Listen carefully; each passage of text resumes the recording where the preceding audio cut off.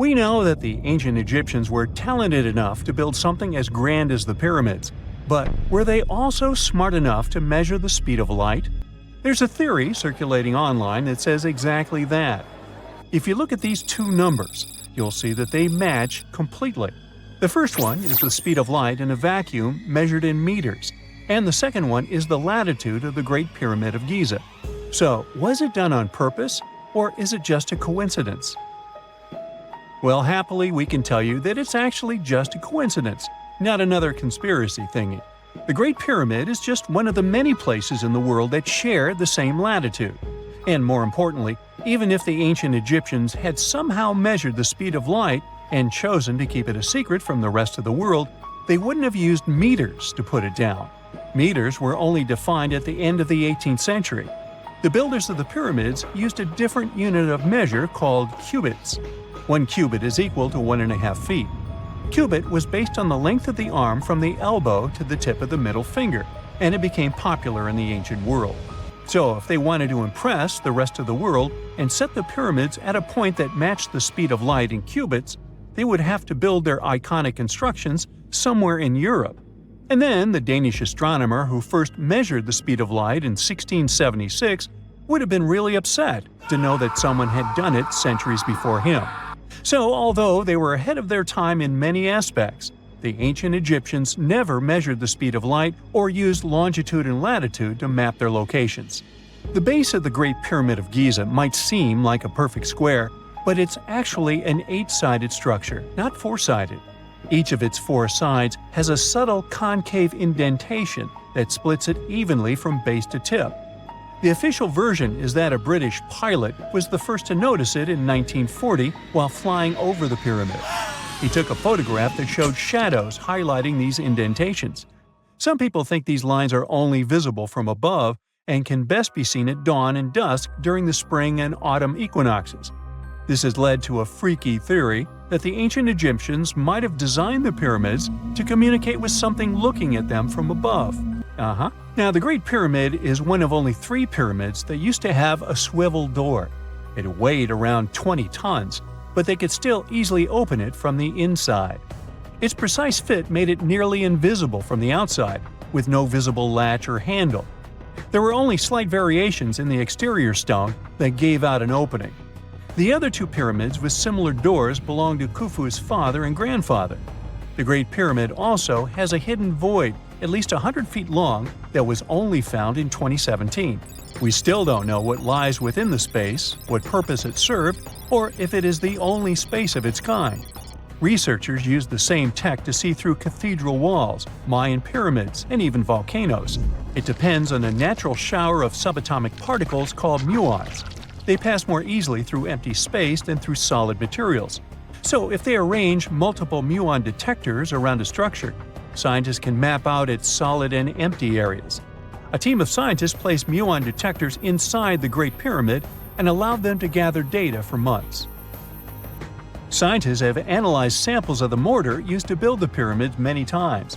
Although we know its composition, modern technology still can't replicate it.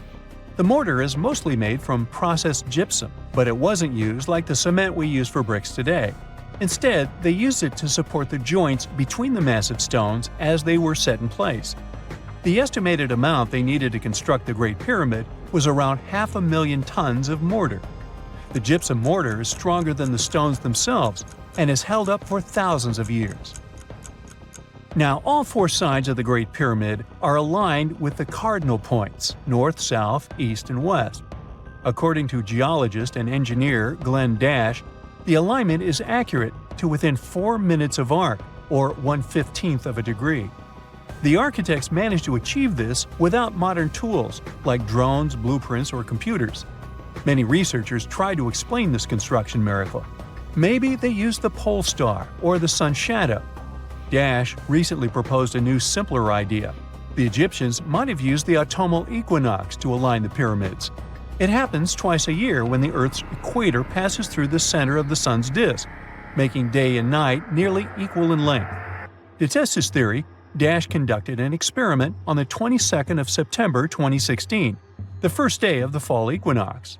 He used a special rod the Egyptians had to cast a shadow and tracked its tip at regular intervals, forming a smooth curve. By connecting 2 points of the curve with a taut string, he created an almost perfect east-west line. Dash noted that on the equinox, the shadow's tip runs in a straight line, nearly perfectly east-west, and with a slight counterclockwise error. There's a similar error in the pyramids. Although his experiment was conducted in Connecticut, Dash believes that the same method would work in Egypt. All the ancient Egyptians needed was a clear, sunny day. They could determine the fall equinox by counting 91 days from the summer solstice. But they left us few clues, and no engineering documents or architectural plans have been found that explain their methods. So they might have mapped shadows, but it's not definite. Now, scientists have long wondered how heavy stone blocks were carried to the pyramid sites, and they might finally have an answer. A research team from the University of North Carolina, Wilmington, has discovered that 31 pyramids are likely to have been built along a long-lost ancient branch of the River Nile. It's now hidden under desert and farmland. For many years, archaeologists have thought that ancient Egyptians must have used a nearby waterway to transport materials, equipment, people, and whatever else they needed to build the pyramids on the river. But up until now, they weren't certain of the location, shape, size, or proximity of this waterway to the site of the pyramids. The group of researchers used radar satellite imagery, historical maps, geophysical surveys, and sediment coring to map the river branch. They believe it was buried by a major drought and sandstorms thousands of years ago.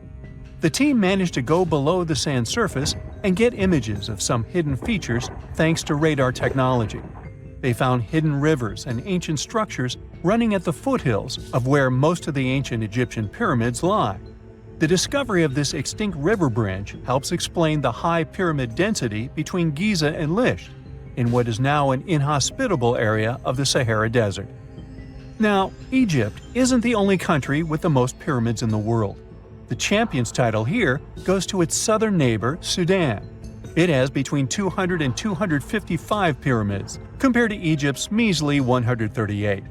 They were built by members of the Kingdom of Kush, an ancient civilization that ruled the lands along the Nile River many years ago.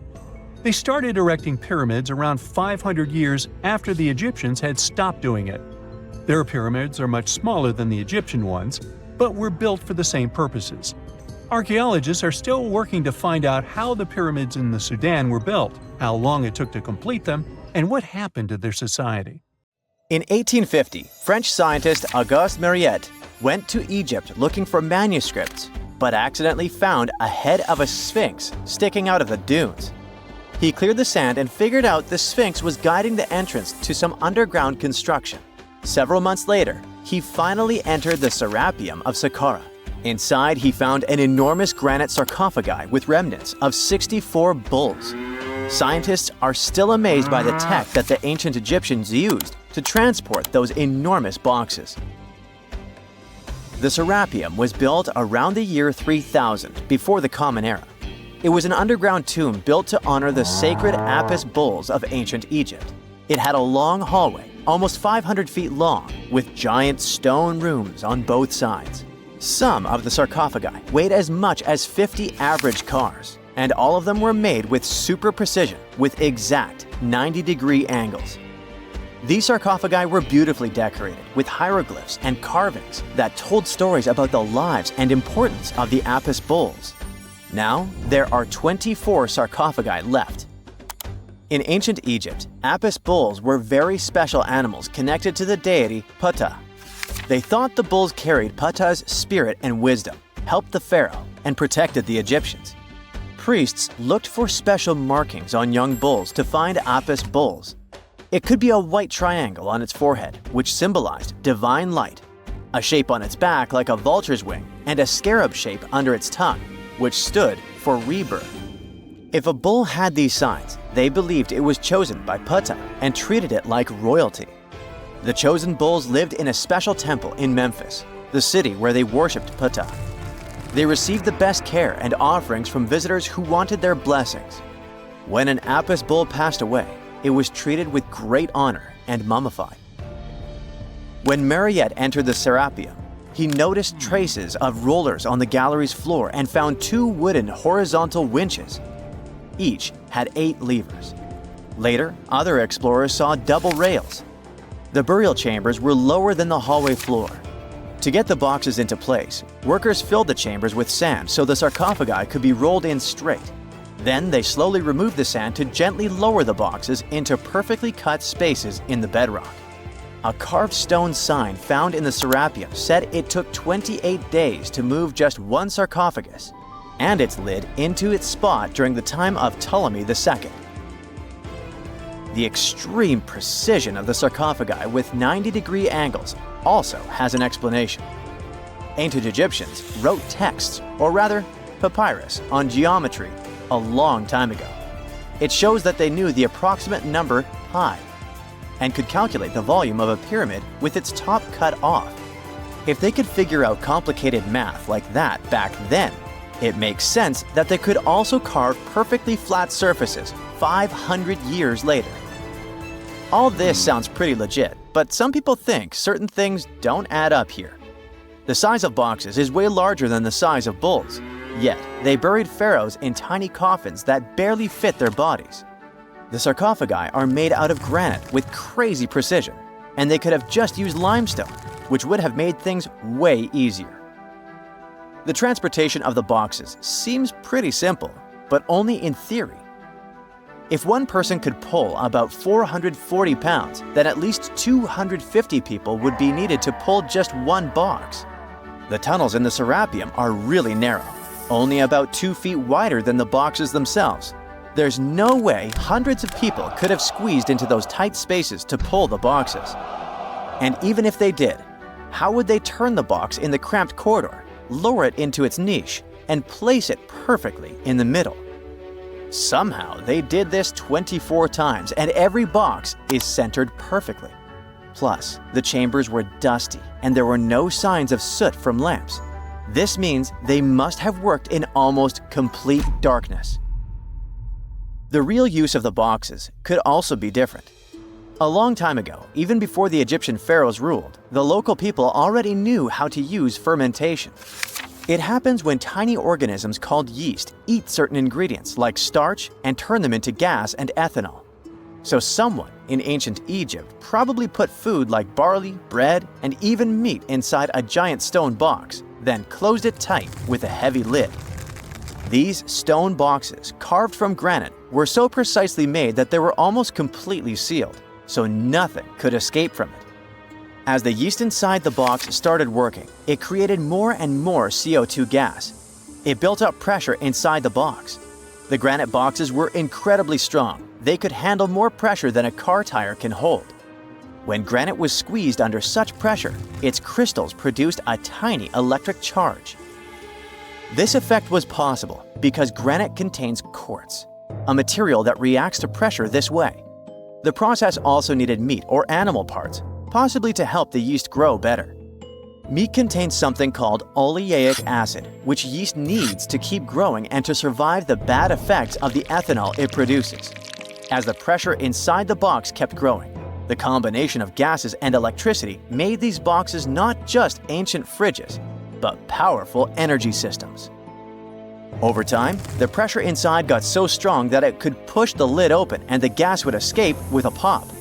But when people rediscovered the Serapeum in 1850, they found old drawings that showed piles of stones stacked on top of some of the box lids.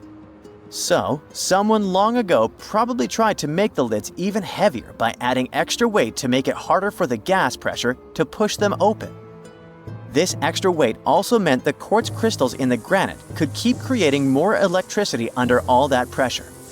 If someone opened one of these stone boxes thousands of years later, they would only find bones from bulls that were placed in the box. And that's exactly what Mariette discovered in the 1850s. They opened the Serapeum for visitors soon after the first excavations in the second half of the 19th century. Prince of Wales even had a luncheon with his guests in one of the sarcophagi. Sands and earthquakes made the site inaccessible for a while, but now you can visit it again and try to solve the mystery yourself. With new tech, we could have answers to many other historical mysteries soon. A team of scientists at Chicago's Field Museum of Natural History recently used a special CT scanner to learn more about ancient Egyptian mummies without unwrapping them. They gently rolled 26 mummies on custom carts out to the parking lot, where the scanner was waiting. It took thousands of detailed X-ray pictures of each mummy and their coffins. When all the pictures were put together, they created 3D images that showed what was inside, the skeletons and some artifacts. The scientists hope these images will help them understand ancient Egyptian burial practices from over 3,000 years ago.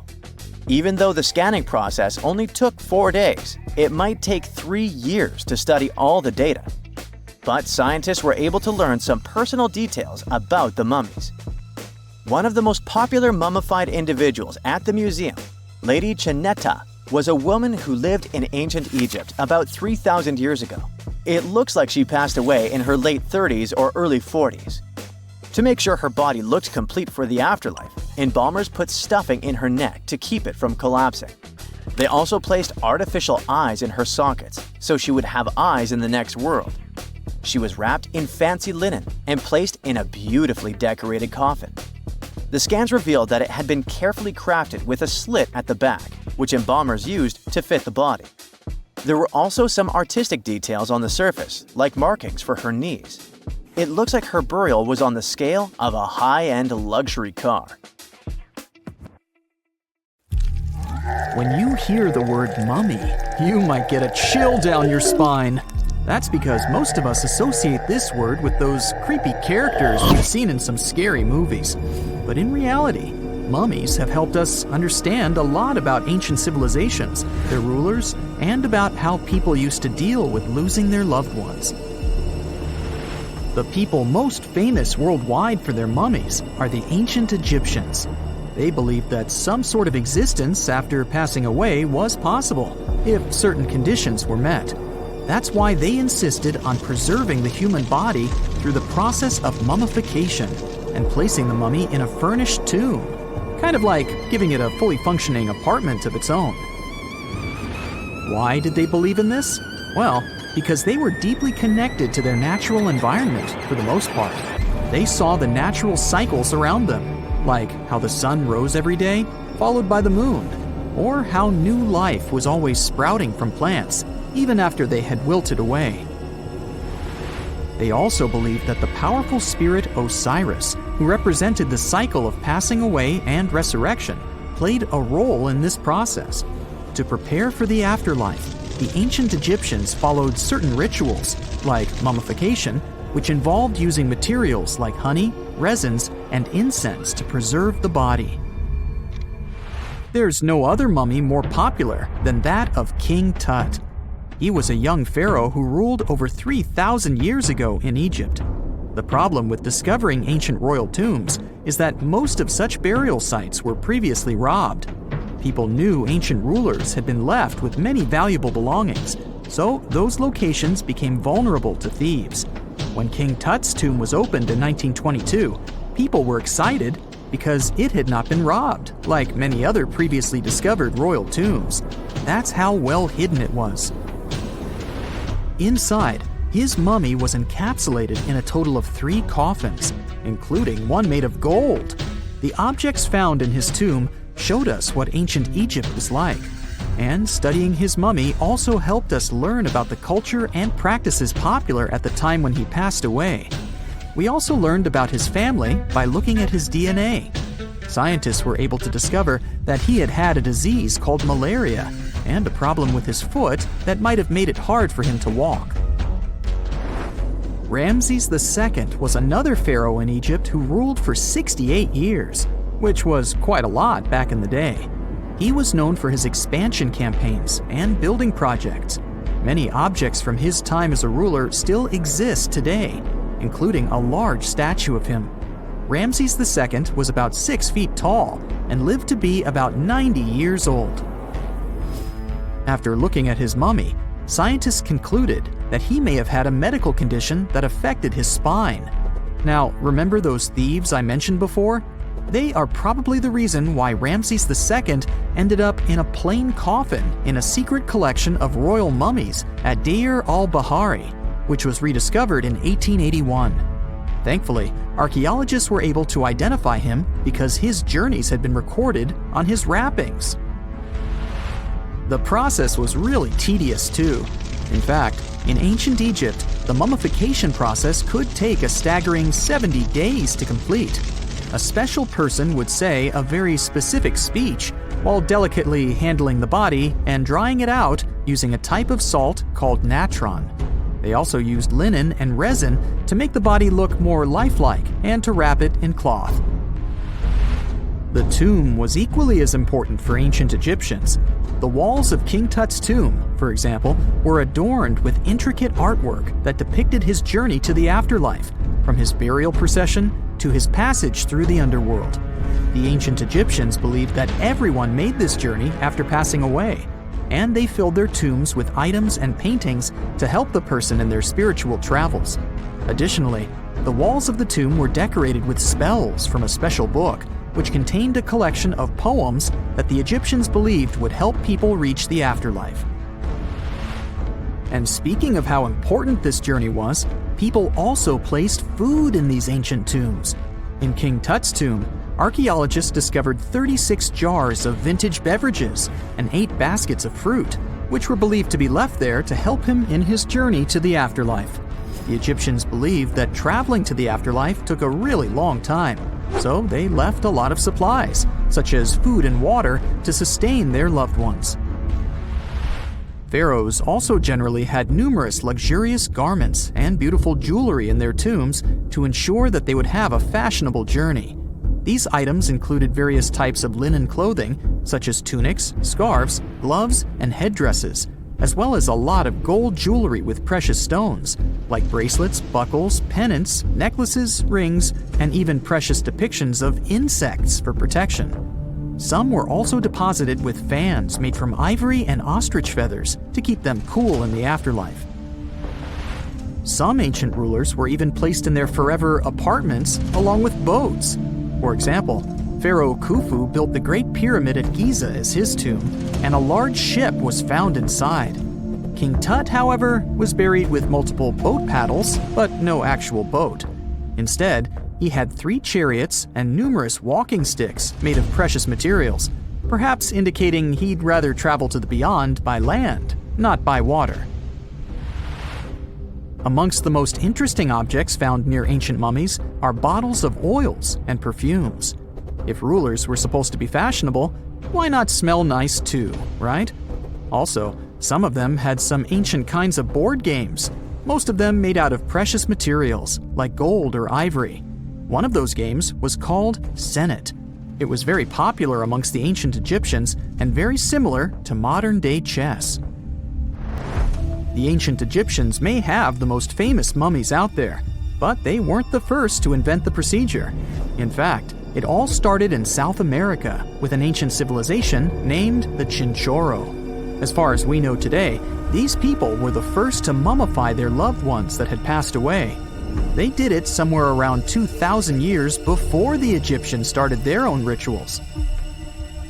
Sure, we can tell a lot about ancient rulers by studying these mummies, but until recently, we had no idea what they really looked like during their lifetime. Not so long ago, though, some very special mummy paintings were found by archaeologists studying ancient Egyptian objects. These mummy portraits are highly detailed paintings of individuals that were made while they were still alive. Such paintings were often painted on wood, as opposed to the classical portraits we all know about, which are painted on canvas. They are known for their realism and beauty, and have even been used by researchers to diagnose diseases by comparing them to the corresponding mummies. Some of these portraits also include depictions of jewelry, which was later found on the mummies. The recent discovery of these mummy portraits in Central Egypt is significant, as it marks the first time in over a century that such paintings have been found. Mummies appeared all around the world naturally, too.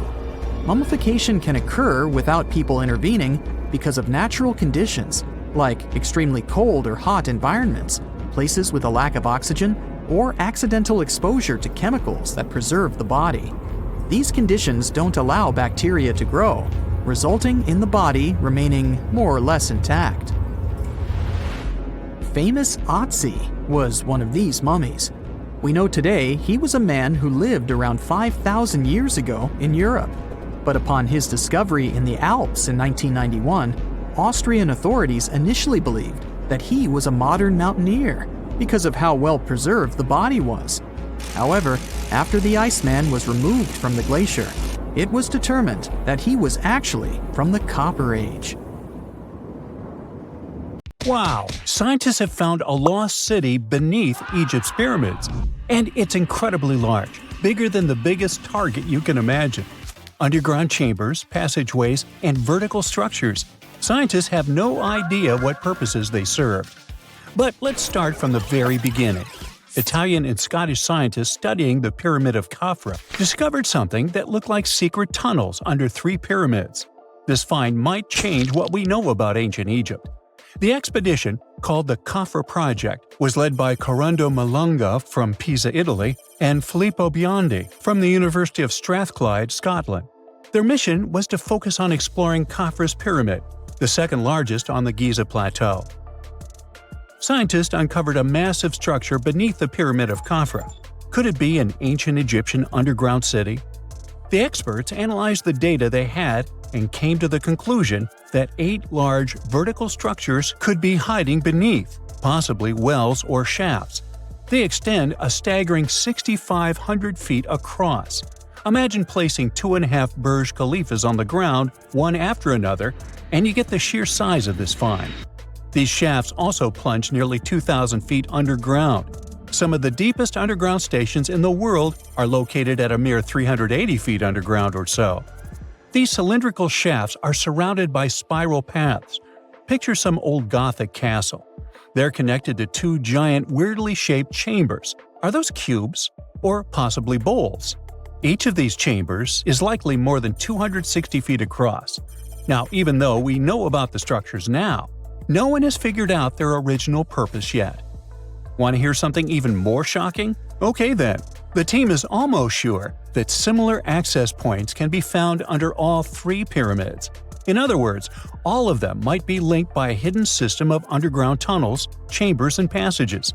Even deeper, about 4,000 feet under the surface, there might be more unknown structures. And doesn't it add to the mystery? But the coolest news is that, according to some team members, these hidden structures near Giza pyramids could align with the legendary Halls of Amenti. In ancient Egyptian mythology, it's a place where people are believed to arrive when they're close to the end of their days. There, they are said to take a 3-day-long trial, facing their biggest fears.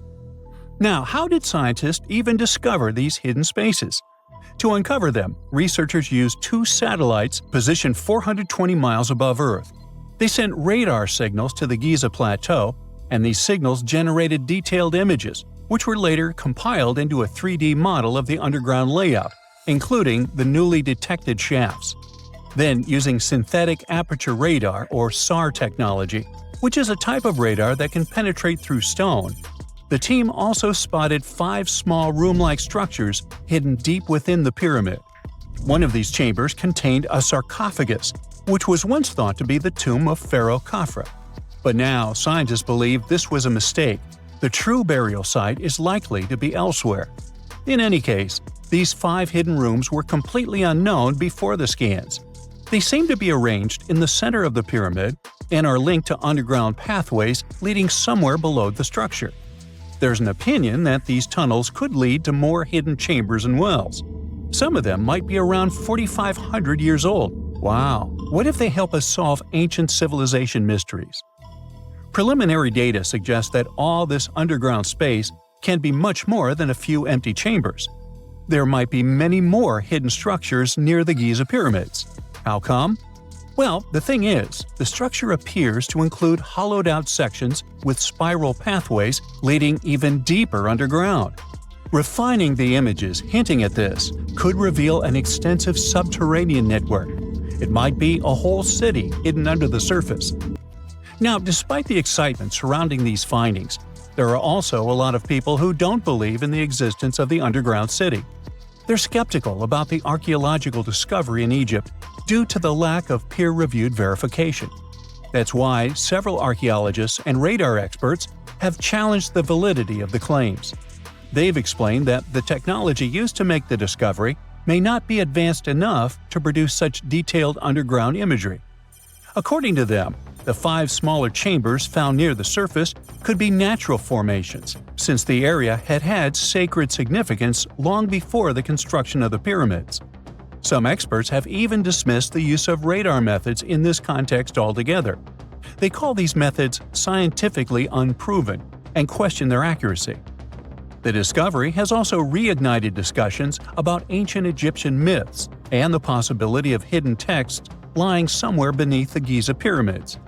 The layout of the newly detected underground chambers shares similarities with mythological accounts of the Hall of Records, a rumored chamber that could preserve early Egyptian wisdom. If confirmed, these findings could significantly reshape the understanding of Egypt's sacred topography. Plus, this lost city beneath Egypt's pyramid could become physical evidence of previously unknown underground structures. That's why the Khafra project is super eager to begin excavating to confirm their findings. But getting approval from Egyptian authorities is a challenging process. The discoveries still need to undergo peer review before they are accepted by the academic community. By the way, this recent archaeological discovery in Egypt comes on the heels of another discovery involving a weird structure beneath the Royal Giza Cemetery, which researchers believe is unnatural in origin. Archaeologists use remote sensing techniques and uncovered a mysterious L-shaped structure underground in the Western Cemetery of Giza. This area is known to house burials of royal family members and high-ranking officials.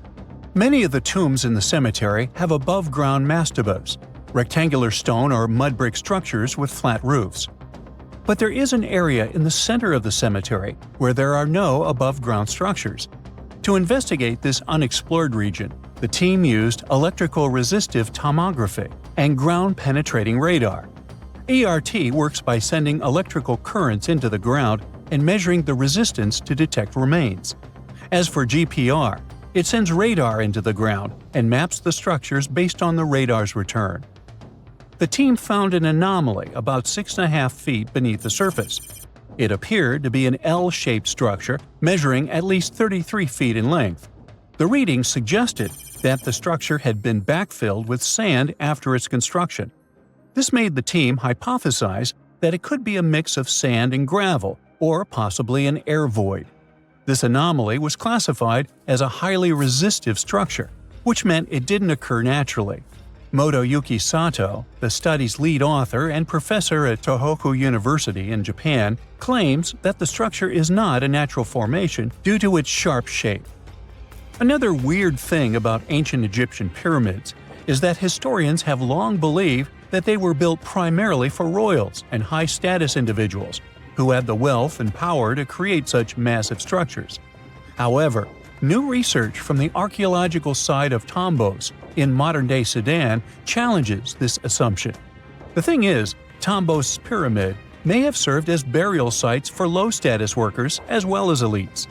The hard-working members of ancient communities may have found their last resting place in some of the most visible monuments, including the pyramids. Located along the Nile River in the ancient region of Nubia, Tombos became part of Egypt after its conquest of the area around 1400 BCE. That's when Egypt established the site to strengthen its colonial control.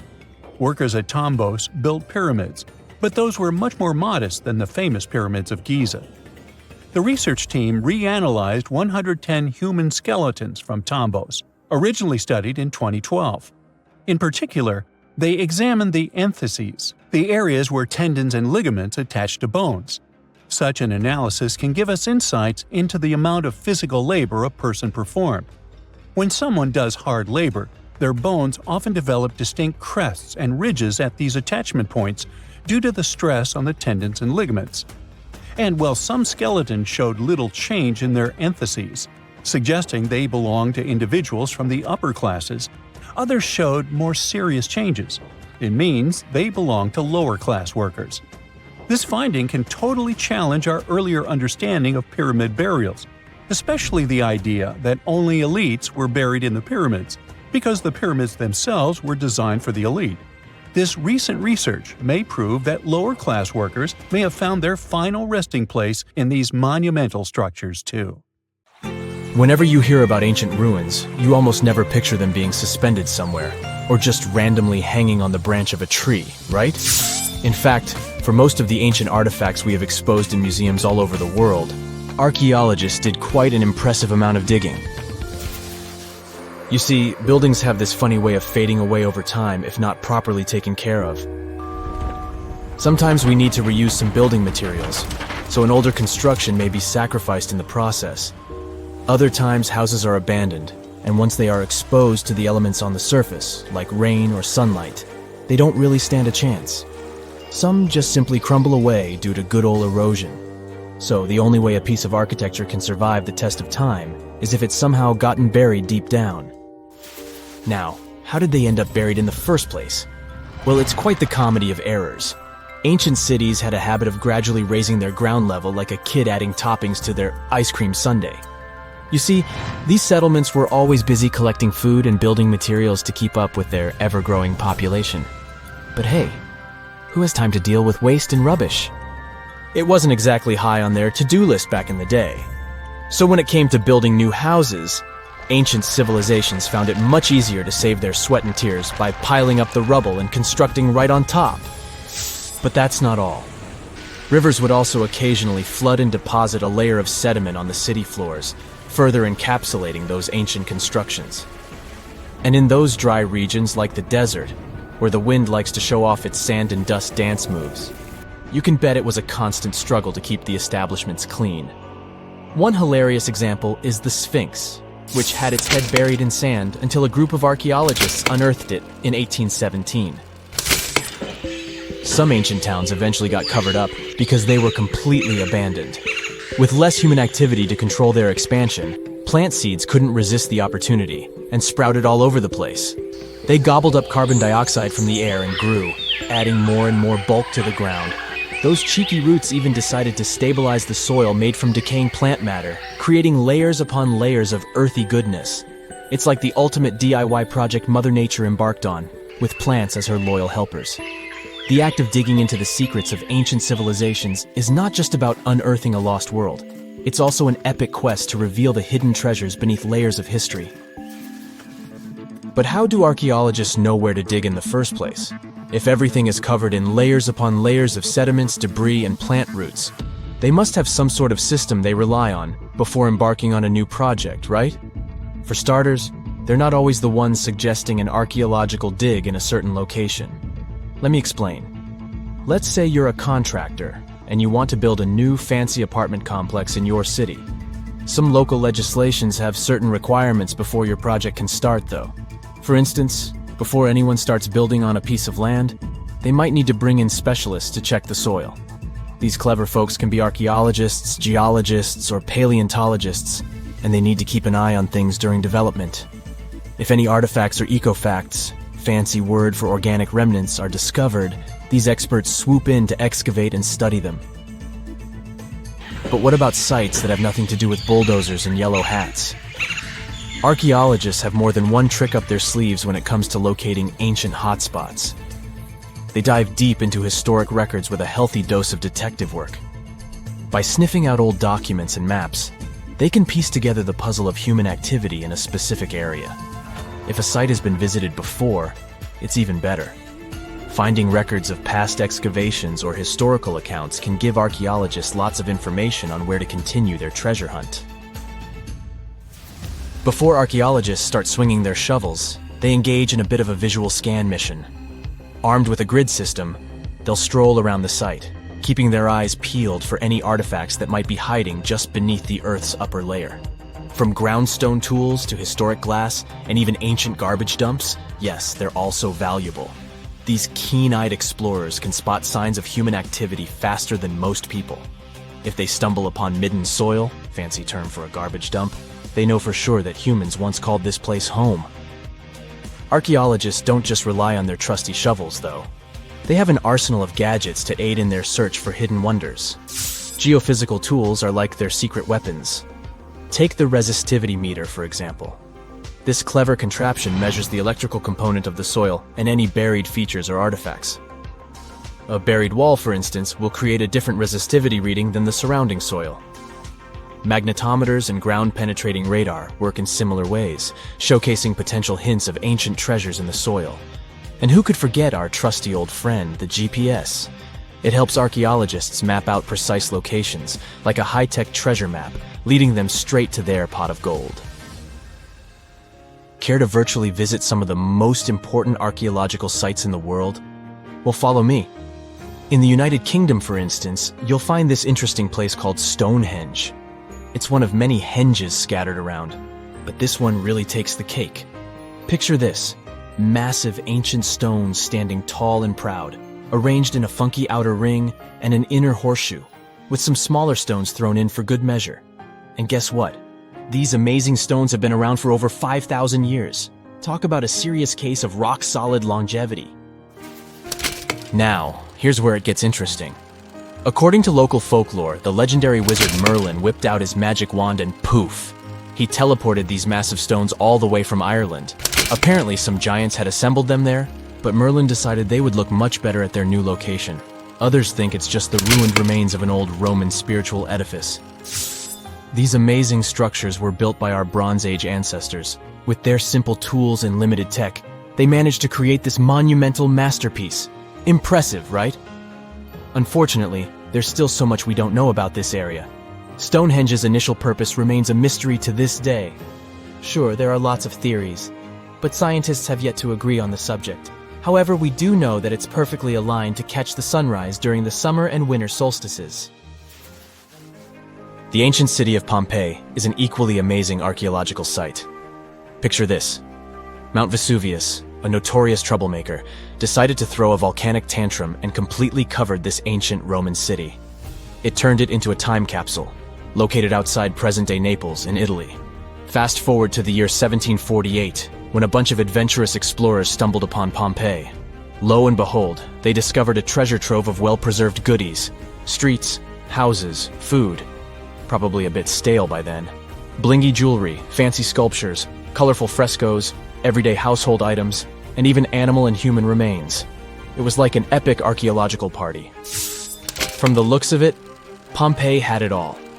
Fancy houses and villas, a massive 20,000-seat arena, cute little artisan shops, hangouts like taverns. And let's not forget the saucy spots like those luxurious bathhouses for some intense pampering. There's also the Sanctuary of Apollo, where people used to gather for their daily dose of worship. And of course, the bustling heart of the city, the Forum of Pompeii, where all the cool people used to hang out. And guess what? Pompeii is so cool that it made it to UNESCO's World Heritage List back in 1997. That's like the ultimate Hall of Fame for historical awesomeness. It also includes many other famous buildings and sites, like the Taj Mahal in India and the Acropolis of Athens in Greece. What is a boat doing in the middle of a desert? You would expect to find a seagoing vessel closer to shore. This is the question archaeologists had been asking for decades. In 1988, there was a storm near one of the most important archaeological sites in ancient Egypt. A wooden structure emerged from the sand. It was hollowed out by termites. Scientists were determined to solve its mystery. In 2000, they began excavating the site near Abydos, Abydos. An American team of experts soon discovered a boat that was 70 feet long, and it wasn't alone. In total, there were 14 boats neatly resting next to each other. It was impossible to completely dig out the boats because of their poor condition. Luckily, the wood was preserved enough to get a sample. Analyses revealed that the boats were around 5,000 years old, the oldest fleet in human history to this date. The time of their construction predates the pyramids at Giza by half a millennium. Each ship of the fleet rested in a vault that matched its dimensions. The room was roughly a third of the size of a tennis court. It had mud brick walls that featured more than 120 drawings of boats. Ancient Egyptians incised them on whitewashed walls that were excellently preserved. Scientists have known about these mysterious chambers for well over a century. 1901, 1902. A British archaeologist, Arthur Weigel, stumbled upon a strange structure west of the River Nile.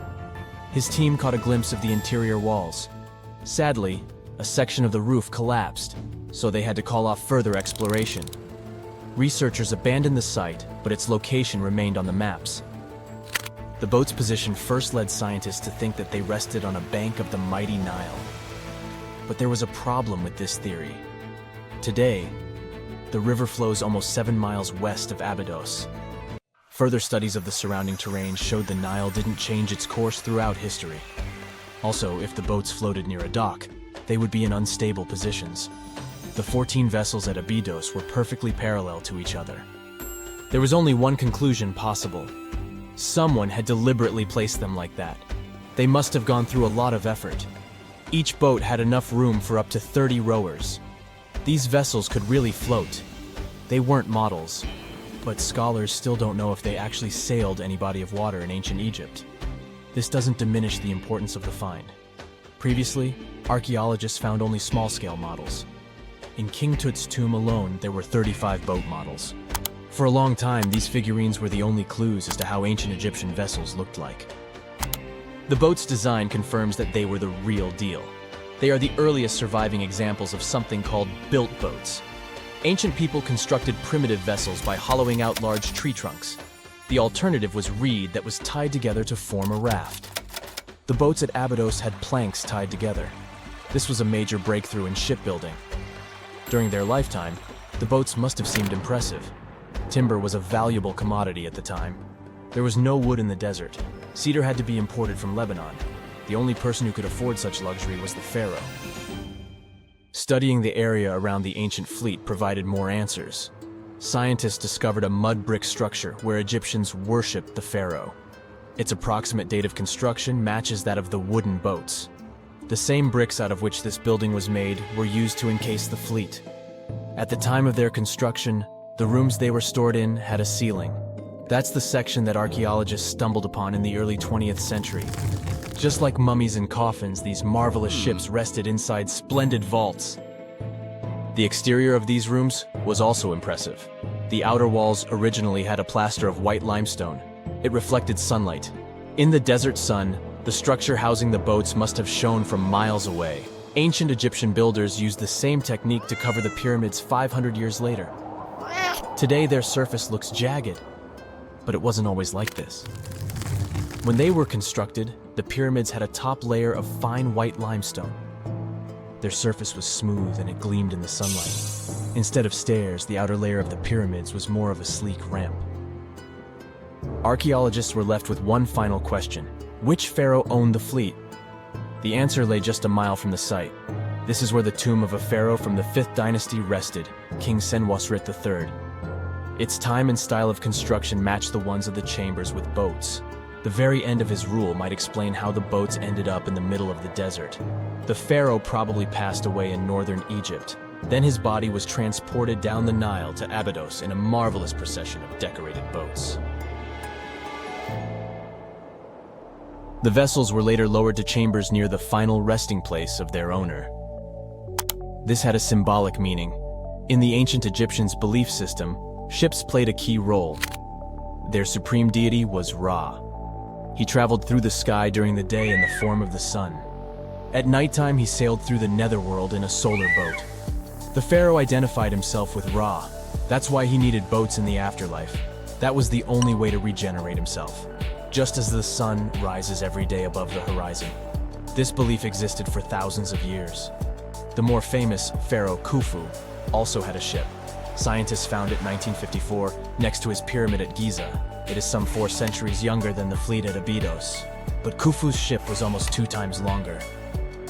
The Great Pyramid of Giza and King Tut's tomb are some of the most famous archaeological finds in Egypt. But there are many more secrets hiding beneath the endless sands of the Sahara Desert. Recently, 2020, archaeologists found a lost city there. They have labeled it as the most important discovery since King Tut's tomb, 1922. The city of Aten is some 3,000 years old. Historians hope it will give them a unique insight into the everyday life of ancient Egyptians. The famous archaeologist and Egyptologist Zahi Hawass proclaimed the site a lost golden city. Aten sits some 300 miles south of Egypt's capital, Cairo. It is close to the famous Valley of the Kings.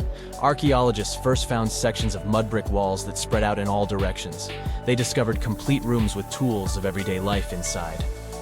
The research team unearthed a bakery, a residential neighborhood, and an administrative district. They all date back to the time when the Egyptian civilization was the wealthiest in its long history. They were also the first to make objects from iron. In 1911, scientists found a set of iron beads near a village in Lower Egypt, El Girza. These are the earliest known iron artifacts. The discovery is literally out of this world. Ancient people made them by beating into shape a piece of a meteorite. The 9 beads were once part of an ornate necklace. They are now blackened and corroded, which is perfectly normal for a piece of jewelry that is over 5,000 years old. They consist of an iron-nickel alloy. Researchers were impressed by the skill of ancient jewelers who processed the beads. Their craftsmanship is more impressive when you think that they didn't know the stellar origins of the material. The Great Pyramid of Giza also has a remarkable feature. An international research group investigated the electromagnetic response of the structure to radio waves. They found that the pyramid has the ability to concentrate electromagnetic energy inside it. This occurred inside its chambers as well as under the pyramid's base. It contains an underground, unfinished chamber. It seems that the electromagnetic response is connected with the properties of limestone, the Great Pyramid's main building material. The research results might have a practical application. The way solar cells and nanosensors function could be improved by this remarkable find. Imagine working 7 days a week on a large-scale construction site. You, along with thousands of others, carry millions of stone blocks and put them on top of each other according to a complex system. You work without modern construction equipment. You have no air conditioning or constant access to water. It's so hot outside that you can fry eggs on the road. You've been building the pyramid for decades, and now, when it's finally done, you enjoy the result of the colossal work of thousands of people.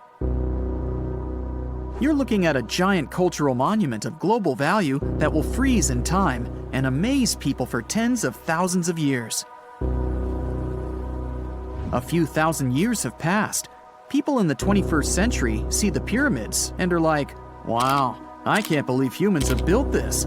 Yeah, the people who built the pyramids wouldn't have appreciated such a theory. But actually, there are reasons to believe that people built it using some fantastic technology. From the outside, it seems the Great Pyramids are just big triangles of stone. People just put some heavy blocks on top of each other, and that's it. In fact, the design seems too perfect to be true. The pyramid consists of more than 2 million blocks. They lay so close to each other and are so even that you couldn't squeeze even a thin sheet of paper between them. Scientists still can't figure out the exact technology for building the Egyptian pyramids. One of the biggest and most famous is the Great Pyramid of Giza. This huge construction, well known all over the world, has one big secret. There should be a capstone on top of the pyramid. It's a triangular-shaped stone block, a small pyramid on top of a huge one. It's also called a pyramidion. The builders of ancient Egypt made it out of granite and limestone and covered it with gold. No records or old drawings prove that there was a pyramidion at the top of the Great Pyramid of Giza. But there's another ancient Egyptian structure with such a triangle, the Red Pyramid. It was built before the Great One, and its capstone has survived to this day. Archaeologists have found and reconstructed it. But where could the capstone of the Great Pyramid be? It's a mystery that still has no answer. Some are sure that some thieves have stolen it from the top. Maybe they just climbed up and pushed the pyramidion down. It makes perfect sense. The capstone was probably the most valuable element of the pyramid. Many scientists and archaeologists still don't know its exact purpose. Some believe that this peak covered with gold glorified the pharaohs. The capstone reflected moonlight at night and illuminated the entire space around it. During the day, the capstone reflected sunlight with its shiny surface. You could have noticed it from afar. The top of the pyramid was a kind of guiding star for lost travelers. All other stone blocks of the pyramid consist of limestone. People polished them to make them look shiny. In the past, they were even glowing and reflected light. You could see glowing pyramids from space, although they looked like tiny lights. Over thousands of years, winds, sandstorms, and rains have changed the pyramid's appearance. If people had taken care of them all this time, they would have looked like something out of science fiction movies, or the pyramids from Las Vegas. But unfortunately, we will never see their original appearance. Some archaeologists and scientists believe that the capstone could absorb the sun's energy and distribute it evenly throughout the pyramid. No one knows precisely why the Egyptians needed this technology. There's a theory the pyramids are ancient energy systems. The pharaohs applied this energy to use some unique technologies that were more advanced than all the achievements of the 21st century. And the triangular shape of the pyramids was ideal for boosting this electromagnetic energy. In theory, solar radiation, or electromagnetic forces, accumulated at the top of the pyramid, filled the inner rooms, and then went down the walls to the base. Any surface distortion could prevent the flow from spreading, so they had to create a perfectly smooth surface. That's why they installed the blocks so that nobody could squeeze a needle or razor blade between them. Many people believe in this theory because they built the pyramids from limestone. This material can hold energy inside itself. In the inner part, they created granite deposits to cause air ionization, that is, to create an electric charge. They also dug channels under the pyramid for water to transmit electricity. And at the top, they put a gold capstone, the best conductor of electricity. So, this is how you get a great power generator. Different cultures used similar technologies to create electricity all over the world. But these are all theories. If it had been working, humanity would have used these technologies today. There are mentions of the metal industry, chemistry, engineering, physics, mathematics, and astronomy in some ancient records. Most scientists don't believe in all these things. We know the detailed stages of the technology's development in different cultures. In the 21st century, scientists, historians, and anthropologists can track the evolution of all modern devices. If people had created some technological inventions in ancient times, the history of the world would have looked different. Perhaps all the achievements of antiquity could have been wiped off the face of the earth by global cataclysms. And it can happen to us. Just imagine how people would dig up a laptop in 5,000 years. Perhaps they wouldn't understand what kind of device it is. Another Egyptian wonder surrounded by mystery is the statue of the Sphinx. The Egyptians carved it out of a single massive piece of limestone about 4.5 thousand years ago. But scientists still don't know the exact date of its construction or who built it. People painted the Sphinx in different colors, so it looked much brighter and more vivid in the distant past. It was shining just like the Great Pyramids. Anyway, time hasn't only changed its appearance, but its name too. Initially, the Egyptians called it Horemheb. The Greeks renamed it the Sphinx about a few hundred years after it had been built. The Sphinx emphasized the greatness of the rulers of Egypt. It also performed a symbolic function of a watchdog guarding the tomb of the pharaoh and the paths leading to it. This version sounds realistic, since archaeologists have discovered many secret entrances at the foot of the Sphinx. Perhaps these rooms and intricate tunnels lead to underground halls with treasures. And treasures don't always mean gold and jewelry. According to legends and theories, the Sphinx guards the Hall of Records, the storage of all humankind's knowledge. The information about the ancient mythical state of Atlantis could be there. You can find many detailed maps of the internal dungeons of the Sphinx on the internet. They show structures 12 stories deep under the statue. It looks like a small city filled with gold, scrolls of knowledge, and various ancient artifacts. But don't believe all these maps. These are just theories. Several thousand years have passed, but people have very little information about it.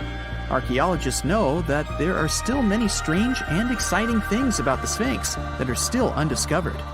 Some locals are afraid to research because they believe they can awaken something terrible from the underground depths. Therefore, it's mostly scientists from other countries who conduct the excavations. In 1998, scientists discovered strange tunnels leading to empty rooms under the Sphinx. They realized that some people tried to get there through tunnels in the past, and maybe those people took all the treasures that were there. One of the legends says that some powerful artifact lays beneath the Sphinx. Its technology can change the whole world, but the locals are hiding it because it can damage the planet. Some believe that you can find evidence of unknown technologies painted on the granite walls in the pharaohs' tombs. But most likely, these paintings and signs tell us the myths and legends of ancient Egypt. But what if Egyptian symbols and drawings are detailed instructions for using ancient technologies? What if the locals that lived at that time thought, people in the future won't be able to get energy themselves. Let's leave some detailed instructions for them. Anyway, there are many riddles and theories. In reality, the search for answers is a dangerous undertaking, since it's not easy to get into the underground halls. Excavations can ruin the structure of the entire Sphinx. Any person inside the tunnels may get lost and never be able to find their way back. Besides, it costs a lot of money. Now, what would be awesome is if people could invent some device that could scan underground areas and show their detailed models. Secant, cosine, tangent, sine, 3.14159. Yeah, that was the cheer we heard coming from the trigonometry club back in the day. For the rest of us in math class, terms such as sine, tangent, and pi were just bewildering. Who invented these and why? Was their only purpose to make it harder for students? Well, not quite. Trigonometry was invented by the ancient Egyptians. They needed this knowledge to construct pyramids, and they did a pretty good job too. The Great Pyramid in Giza still stands today, some 4,500 years after it was built. No recalls either. So let's get out of that classroom and on a journey through time to reveal the secrets behind the ancient Egyptians' precision. Here you are, standing on the Great Pyramid's construction site, some 9 miles from Cairo. Well, the city still isn't there, as you're surrounded only by the desert and teams of construction workers. They're transporting large stone blocks weighing 2.5 tons each. They're inside a wooden sled that sits on large rollers. A crew of 8 men rolls these blocks along the ground. You immediately think of the rollers on a supermarket cash register. The principle is exactly the same, but the scale is greater, much greater. Scientists estimate that the Egyptians used 2.3 million such blocks in the Great Pyramid alone. And the block in front of you is one of the lighter ones. The heaviest of them weighed up to 15 tons. But where did all these blocks come from? Most of them originated from quarries around Giza. It's not that impressive, you think, but wait until you hear how ancient engineers transported the granite used in construction over 500 miles to the pyramid. There were no railways or highways back then, but the mighty Nile was always there. Researchers even believe that the Egyptians dug a canal to connect the Nile directly to the pyramid's construction site. All they had to do then was to wait for the flood season to begin, and voila! The rising water levels floated the heavy stone blocks for them. But how did they lift the enormous stones on dry land to stack them up to the top? Did they use oversized cranes? Well, ancient Egyptians worked around this problem, literally speaking. One of the workers is now pointing to the giant ramp going around the pyramid they're building. This is how a mountain road zigzags its way to the top. If the ramp went directly to the top of the pyramid, then workers couldn't pull the stone blocks along it. It would be too steep. Scientists have calculated that 8% could be the maximum incline. So ancient Egyptians just extended the ramp around the pyramid. Again, these are all theories, as the ramp could have been inside the pyramid, as some researchers suggest. The exact building method is still a mystery, guarded by the Sphinx. That's its real name, right? Wrong. As the Great Sphinx is just the statue's alias. You know, the name writers take when they want to hide their true identity, or a singer's stage name. The Sphinx's real name, translated from Egyptian, means Horus in the horizon. That was the name for the Egyptian deity of the sky. The trail of mystery doesn't end there. As a man walks past you with a bucket of paint, he's going to add a touch of color to the Great Sphinx.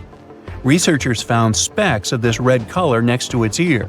That was some strong paint, as it survived for thousands of years. You are now standing straight in front of the Sphinx. You look up. It's very tall, right? 66 feet to be precise. Now resist the urge to take a selfie. You can do it. Now you notice something else. It looks like the Sphinx is in the center of a giant triangle in the back. That's one side of the Great Pyramid. And no, your eyes are not playing tricks on you. The Sphinx really does sit in the center of the pyramid's lateral face.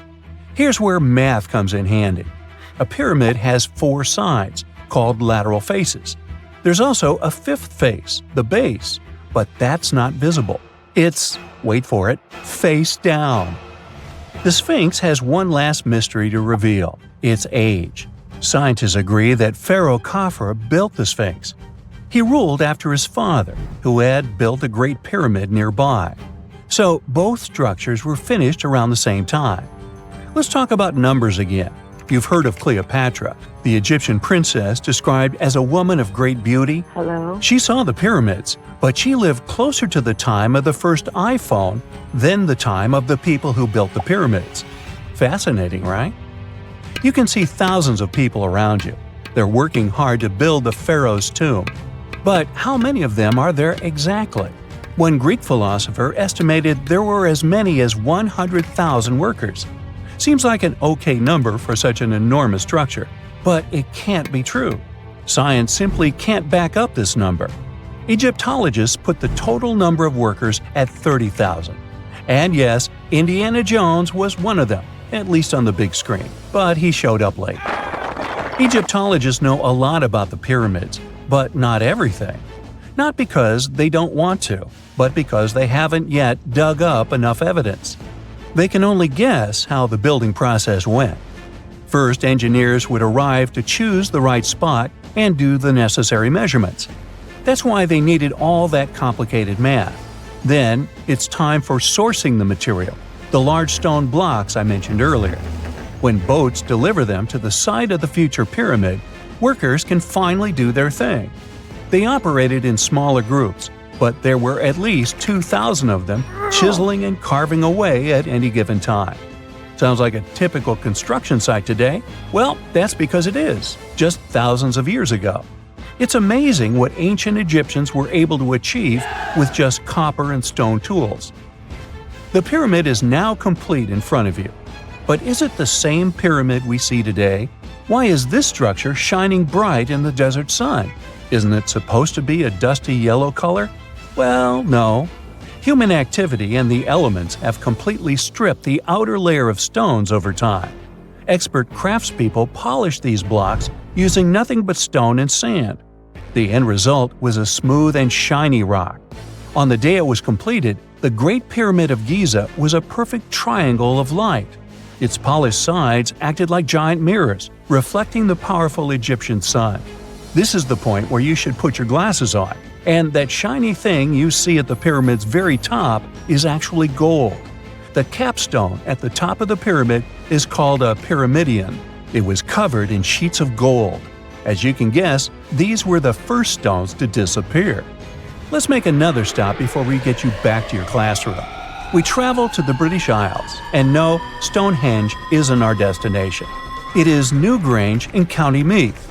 Scientists estimate that the ancient peoples of Ireland built this stone monument around the year 3200 BCE.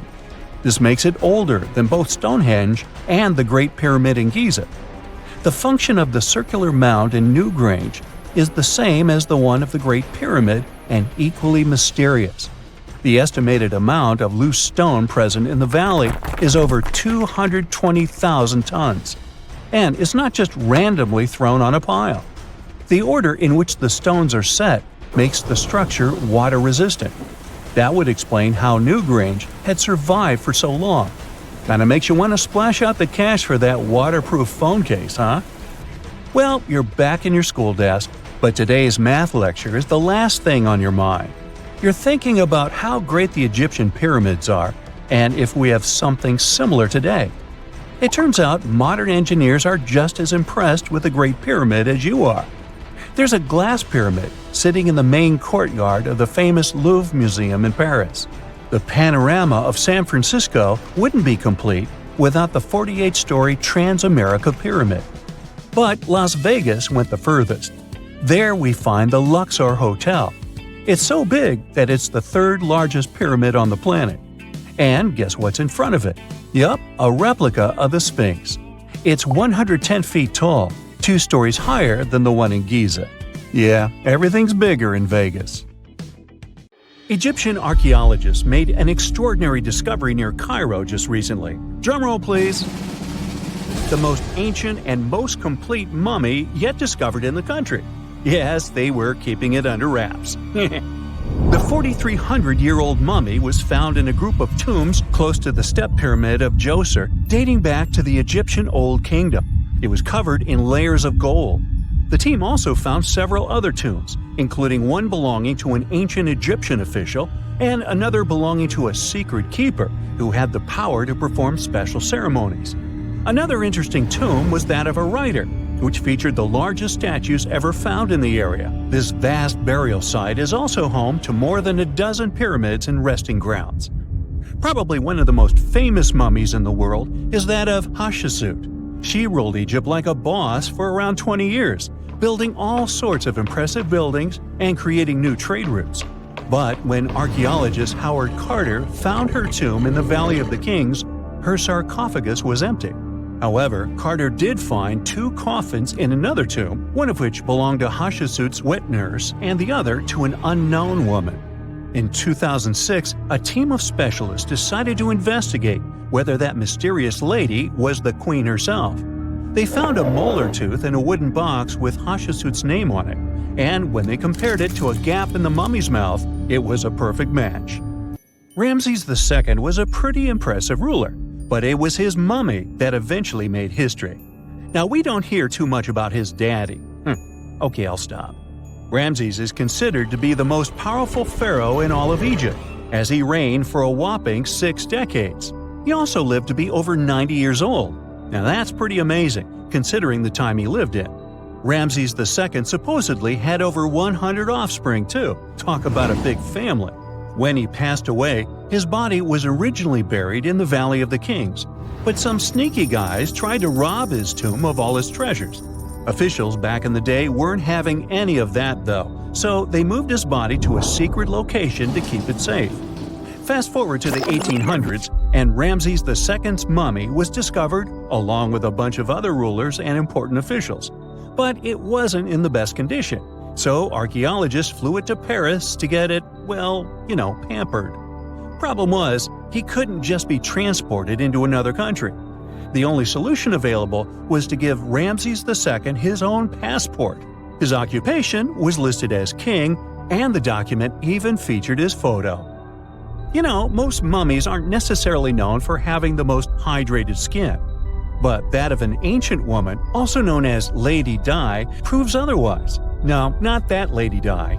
This wealthy lady from ancient times was discovered in an ornate tomb in 1971, and she looked fabulous, if we can say so about a mummy. Thanks to the special conditions in her tomb, like the moisture in the environment and the lack of oxygen, her body was almost perfectly preserved. Her skin was soft, her hair was on point, and she was still flexible. The museum that now proudly displays her mummy also shows a ton of fancy items that were buried with her, like dinnerware and musical instruments. Archaeologists investigated the mummy further and discovered that she passed away from a heart attack at around 50 years old. Even though it hasn't been around for over 2,000 years, Lady Di is still making history. The mummy of Otzi the Iceman was discovered in the Alps in 1991. Austrian authorities initially thought he was a modern mountaineer because he was so well preserved. Turns out, He was actually from the Copper Age. He was found in a mountain pass over 10,000 feet above sea level. Through studying his mummy, we've learned so much about life in Copper Age Europe. For example, we know that he was a native of Central Europe and enjoyed eating meat. He also suffered from arthritis, narrowing arteries, and intestinal problems. But he likely used acupuncture and medicinal herbs to treat these conditions. And apparently, he was pretty handy with tools. He sharpened them just days before his untimely demise. Who knows if he was expecting trouble or just getting ready for some routine work. Now, King Tut and his story is most likely the one that made all mummies famous. This pharaoh passed away at the young age of 19, more than 3,000 years ago. But his mummy is still one of the most well-known in the world. When his tomb was opened in 1922, people went wild because it was still intact, unlike many other royal tombs. It had some seriously blinged-out coffins, including one made of solid gold. Not only did Tut's tomb give us a glimpse into ancient Egyptian history, but his mummy also taught us a lot about the time he lived in. DNA analysis helped identify his parents and revealed that the pharaoh had a rare bone disorder that might have made walking a bit tough. Now, Ginger is most likely one of the coolest mummies you'll ever hear about. He's like a time traveler from 5,000 years ago who's still looking fly with his golden hair and perfectly preserved nails. Ginger was discovered in Egypt and is believed to be the earliest known mummified body. Before people even knew about mummification, they used to place bodies in shallow graves in the hot, dry sand. And since the sand absorbed all the water, bacteria couldn't reproduce and the body was preserved naturally. Now, scientists are not sure if Ginger's preservation was intentional or not, but since he was buried with some pottery vessels, it's likely that whoever buried him knew some serious preservation techniques. If you want to meet Ginger in person, he's currently chilling at the British Museum. One Dutch art collector bought a statue from Asia and ended up finding a weird discovery. The statue contained a mummy hidden inside. Unfortunately, the body was too fragile to move, so they had to leave it there. The coolest part is that this mummy is over 1,000 years old and was on display for 200 years before being encased in the statue. When scientists did a CT scan, they found out that the mummy was filled with paper scraps covered in writings. Experts think he might have done this thing called self-mummification, which is a pretty intense process involving a special diet and tea that makes your body less prone to bacteria. Only a few people could handle this ritual, and those who managed to do that were seriously respected. No other Egyptian queen has baffled scientists and historians like the stunning Nefertiti. Based on her statues, she was known for her slender neck, wide eyes, and high cheekbones. Her name translates to "the beautiful woman has come." Talk about living up to your name, huh? Even though she wasn't a pharaoh herself, Nefertiti still managed to leave a lasting impression. Written records suggest that, as a wife and queen, she held an incredibly influential role. Because of her power, she was indeed admired, but she also managed to make quite a lot of enemies throughout her life. She was also related to King Tut, but not biologically. Rather, she was his stepmother. So far, locals have yet to identify her mummy, but that may soon change. A local Egyptologist who has been busy excavating tombs in the Valley of the Kings has found two mummies that he believes could be Nefertiti and her daughter. According to specialists, we may soon finally get a definitive answer about the identity of these two mummies. And if one of them does turn out to be Nefertiti, we could be in for a real treat. DNA analysis and CT scans of the mummy could give us the most complete and accurate image of the queen that we've ever seen. It's crazy to think that we've only scratched the surface of what lies beneath modern-day Egypt. Nefertiti ruled during a time of great power and prosperity in Egypt, but unfortunately passed away in a period of social turmoil, leading to her gravesite being lost. Now, where's my mummy? Most people know that pyramids were built as grand tombs for the pharaohs, designed to ensure they had a smooth journey to the afterlife. The Great Pyramid of Giza, for instance, was constructed for the pharaoh Khufu. But what most people don't know is that this whole pyramid building trend started right here, with the step pyramid of Djoser about 4,700 years ago. This massive structure was built for Pharaoh Djoser, a ruler from Egypt's 3rd dynasty.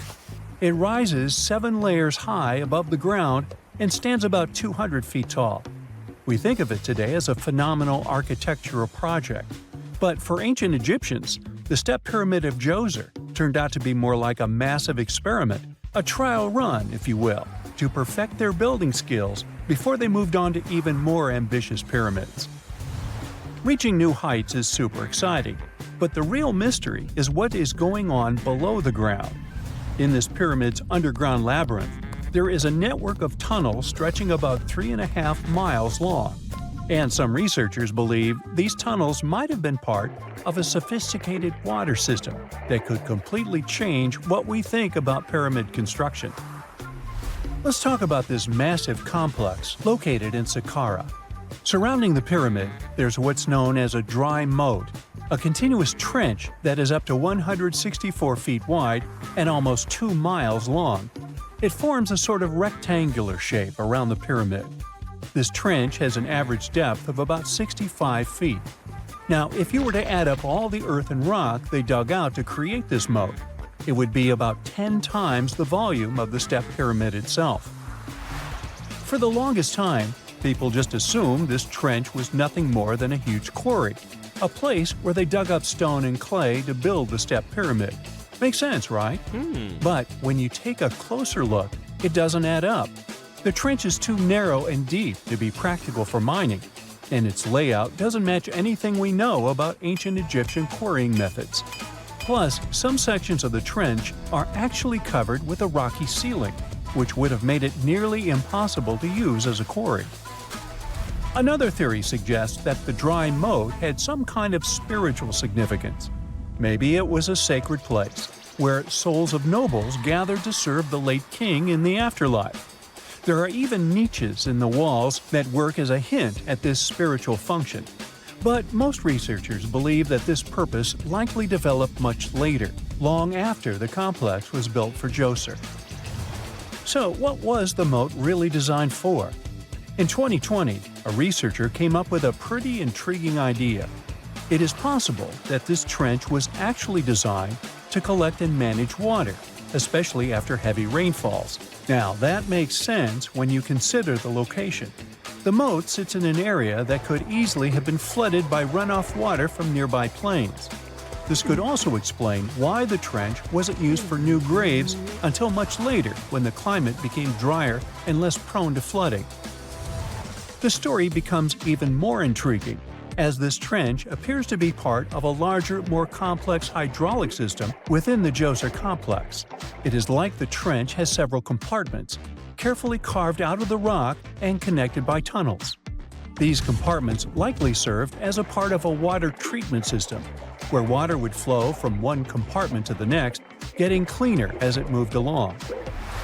Now, here is where things start to tie into the pyramid itself.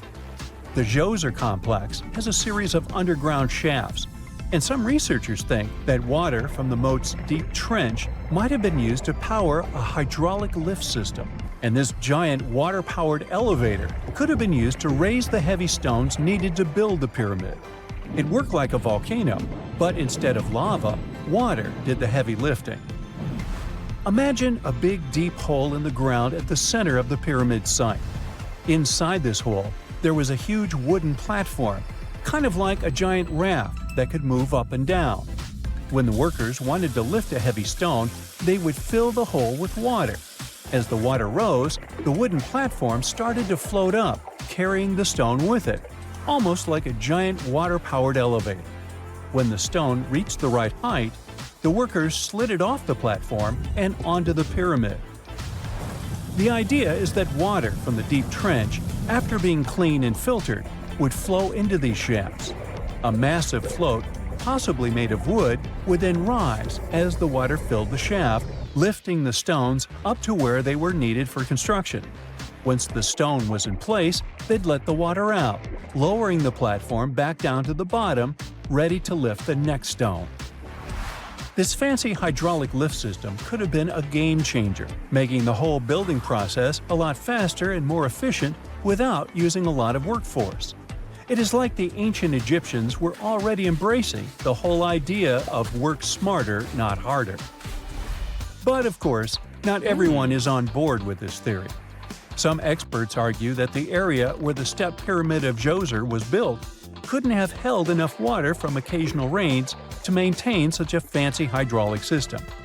The main theory suggests that, in the past, there might have been some kind of lake nearby that would have filled up after a period of rain, and this lake could have supplied water to the complex's hydraulic system. But there is no mention of such a lake in any ancient Egyptian writings, so it might be more of a what-if situation than a reality. And then there's the issue of the hard work itself. Remember when I said this method could have allowed the ancient builders to raise stones with far less effort? Well, that might not be entirely true. According to some experts, just building this hydraulic device would have required a lot more heavy work than simply moving the stone blocks using good old-fashioned manpower. And let's not forget, the step pyramid of Djoser is like a baby pyramid compared to those that came later. The stones used for Djoser's pyramid weighed, on average, about 660 pounds each, which is nothing compared to the more than 2.5-ton blocks used later for the pyramid of Chephren. If this cool water lift theory gets completely ruled out, we still need to explain how this pyramid was built in the first place. To answer that, we need to rewind a bit and talk about the original plans. See, before Djoser's tomb became a pyramid, the idea was to construct a simple mastaba. This type of tomb was pretty common in earlier periods, a flat-roofed, rectangular structure with sloping sides.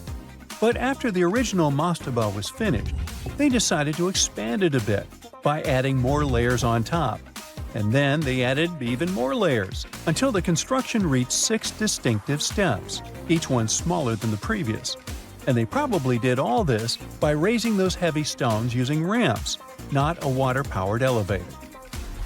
There is still so much we don't know about the step pyramid of Djoser. More research is definitely needed to fully understand how this system worked, or if it even existed at all. But the idea of using water to help build the pyramid adds a whole new layer to our understanding of ancient Egyptian engineering. It's a powerful reminder of just how clever and resourceful those builders were, using the natural landscape and the power of water to create one of the most iconic monuments in history. No man shall ever find my tomb. That's what, according to rumors, Cleopatra once said. Rumor has it really wasn't about the gender. She wanted no living soul to disturb her, and I think she meant that no human would ever discover the location of her grave. But, surprisingly, it was indeed a woman who was closer than anyone before to finally discovering the Queen's resting place. Meet Kathleen Martinez Berry, a criminal lawyer turned archaeologist. She got so intrigued with Cleopatra's story that she packed her bags and went to Egypt with no official support and even no permission from the authorities. All she had was pure determination to find the Queen's tomb. Now, you could say Kathleen had always been ahead of the game. She skipped grades in school, mastered piano, chess, swimming, and martial arts, and grew up listening to top intellectuals debating in her home. And she even got her law degree at just 19, and archaeology was her side passion. She had never actually been to Egypt, never dug up a single artifact. But her fascination with Cleopatra went all the way back to an argument with her father in 1990. That day, she walked into his library looking for a copy of Antony and Cleopatra by Shakespeare. Her dad, Fausto Martinez, a professor and legal expert, casually called Cleopatra a seductress. Kathleen wasn't having it. She fired back, arguing that history had been totally unfair to Cleopatra. The Romans, she said, wanted to destroy her reputation, and for centuries, people had just believed their version of the story. The debate went on for hours, and in the end, her father admitted maybe he had judged Cleopatra too harshly. That conversation changed everything for Kathleen. From that day on, she read every ancient text she could find, especially Plutarch's account of Cleopatra and Mark Antony. The more she learned, the more convinced she became that Cleopatra wasn't just some queen who fell for the wrong guy. She was a genius, playing a dangerous political game to keep Egypt independent. And the more she read, the more she started thinking, what if everyone had been looking for Cleopatra's tomb in the wrong place? That thought stuck with her. When she was caring for her second child, she earned a master's in archaeology. Multitasking. That reignited an obsession that would take over her life, uncovering the truth about Cleopatra. Even though most experts believe that Cleopatra's tomb, along with the final resting place of 13 other Ptolemaic rulers, lies somewhere beneath modern-day Alexandria, Dr. Martinez has a different idea. She believes Cleopatra was buried at Taposiris Magna, an ancient temple dedicated to Osiris, the Egyptian deity of the afterlife. But she still needed an ancient foundation plate. These plates, about the size of a smartphone, were placed beneath important temple structures and often contained inscriptions explaining when and why the temple was built. If she could find a plate that confirmed the temple was dedicated to Isis, Cleopatra's patron deity, she'd have solid proof that this was the right place to look. Nothing could deter Martinez. She excavated the entire temple site, digging deeper than anyone before her. Her team found coins with Cleopatra's name and face stamped on them. It meant Cleopatra had a direct connection to this site. Then, they uncovered something even more interesting. A tunnel used to bring water to people, leading straight from the temple into the Mediterranean Sea. So, if parts of the temple had already sunken into the water, could Cleopatra's tomb be down there too? Martinez needed proof to convince Egyptian authorities to let her search underwater. And, against all odds, she found the missing foundation plate. On it, the pharaoh offered a large area of Nubia to deity Isis. That was it, the confirmation she needed. The temple was indeed dedicated to Isis, proving her theory wasn't just speculation. If one temple was on land, Martinez suspected the second temple, possibly Cleopatra's tomb, had collapsed into the sea.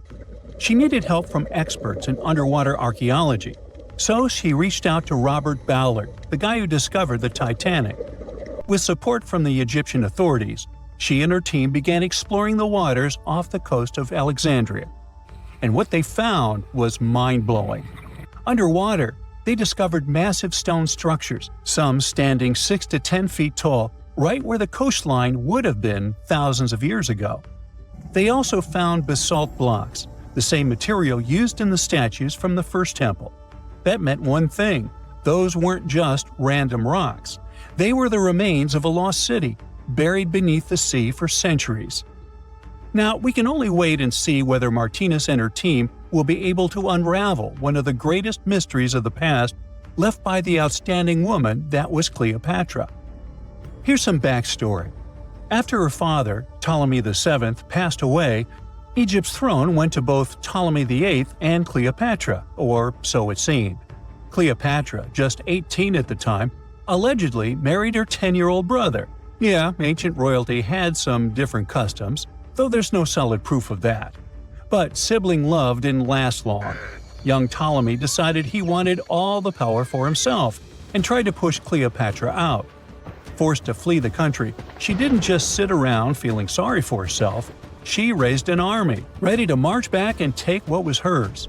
That's how, at 21, she was already in the Sinai Desert, leading an army and planning her return to the throne. Now, by that time, Cleopatra had already been locked in a powerful political, and not only political, alliance with Julius Caesar. In June 47 BC, she gave birth to a son, Ptolemy Caesar, better known as Caesarion, who, many believe, was Caesar's child. But that didn't stop her from playing by Egyptian royal rules. And her husband number 2, her other brother, Ptolemy XIV. Yep, despite her ongoing affair with Caesar, Cleopatra married yet another sibling, because, in her world, keeping the throne in the family was the name of the game. Now, marriage aside, Cleopatra's bond with Caesar stayed strong. She even traveled to Rome with Ptolemy XIV for a state visit. But instead of playing the role of a dutiful queen, she stayed in Caesar's private villa by the Tiber River. But after Julius Caesar lost his life in 44 BCE on the Ides of March, Cleopatra's political standing became shaky. To make matters worse, her brother-husband Ptolemy XIV passed away soon after, and some suspect Cleopatra had a hand in it, leaving her as the sole ruler of Egypt. Meanwhile, back in Rome, Mark Antony was rising to power as Caesar's presumed successor. Wanting to size up the Queen of Egypt, he summoned Cleopatra, and she did not disappoint. Sailing into town on a lavish barge dressed as a deity, Cleopatra made quite an entrance. Antony was instantly mesmerized, so much so that he left his third wife back in Rome and followed Cleopatra to Alexandria, where their relationship turned into a full-blown royal affair. The two had 3 children together.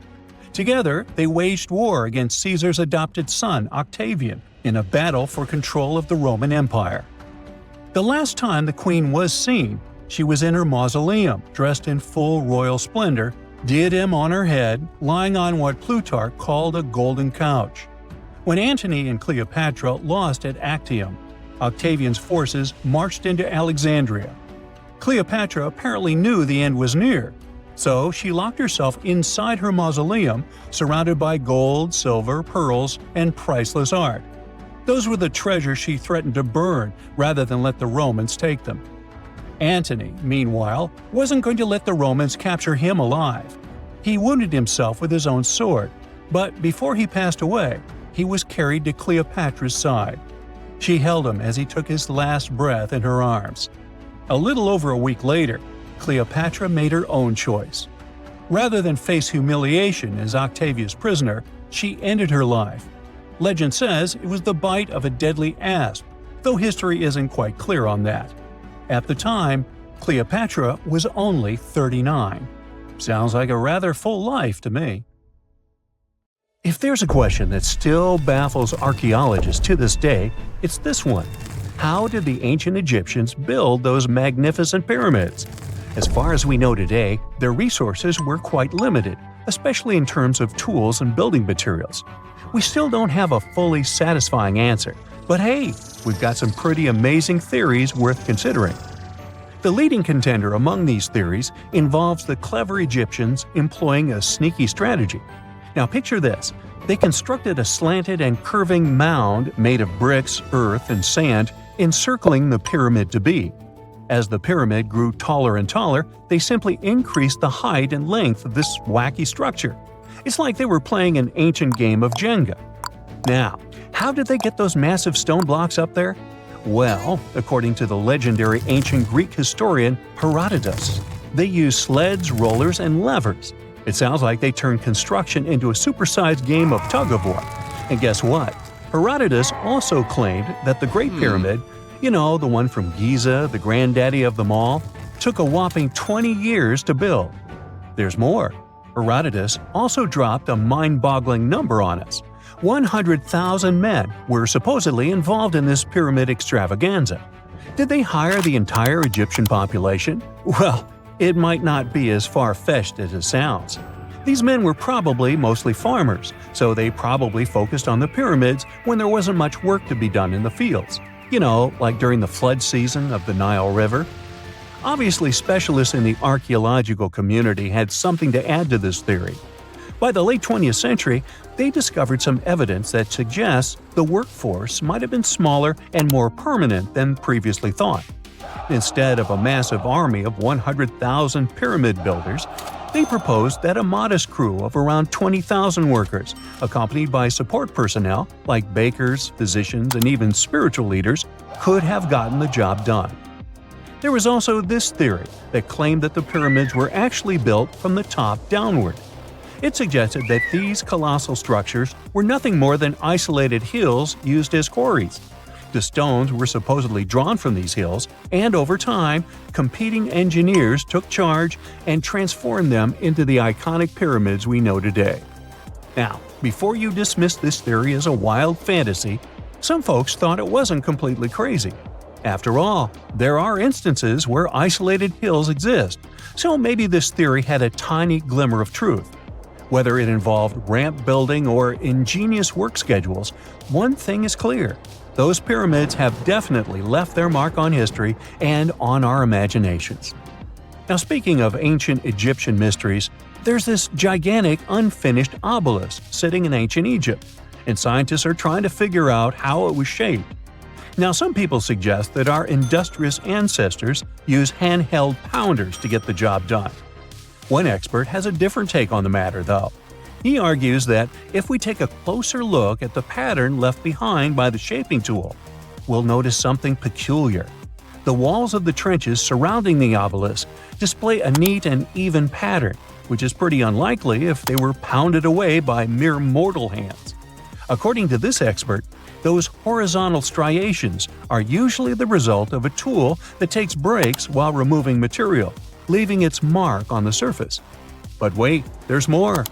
Imagine the tool being rocked back and forth against the trench walls, clearing away the waste to keep the trench from narrowing.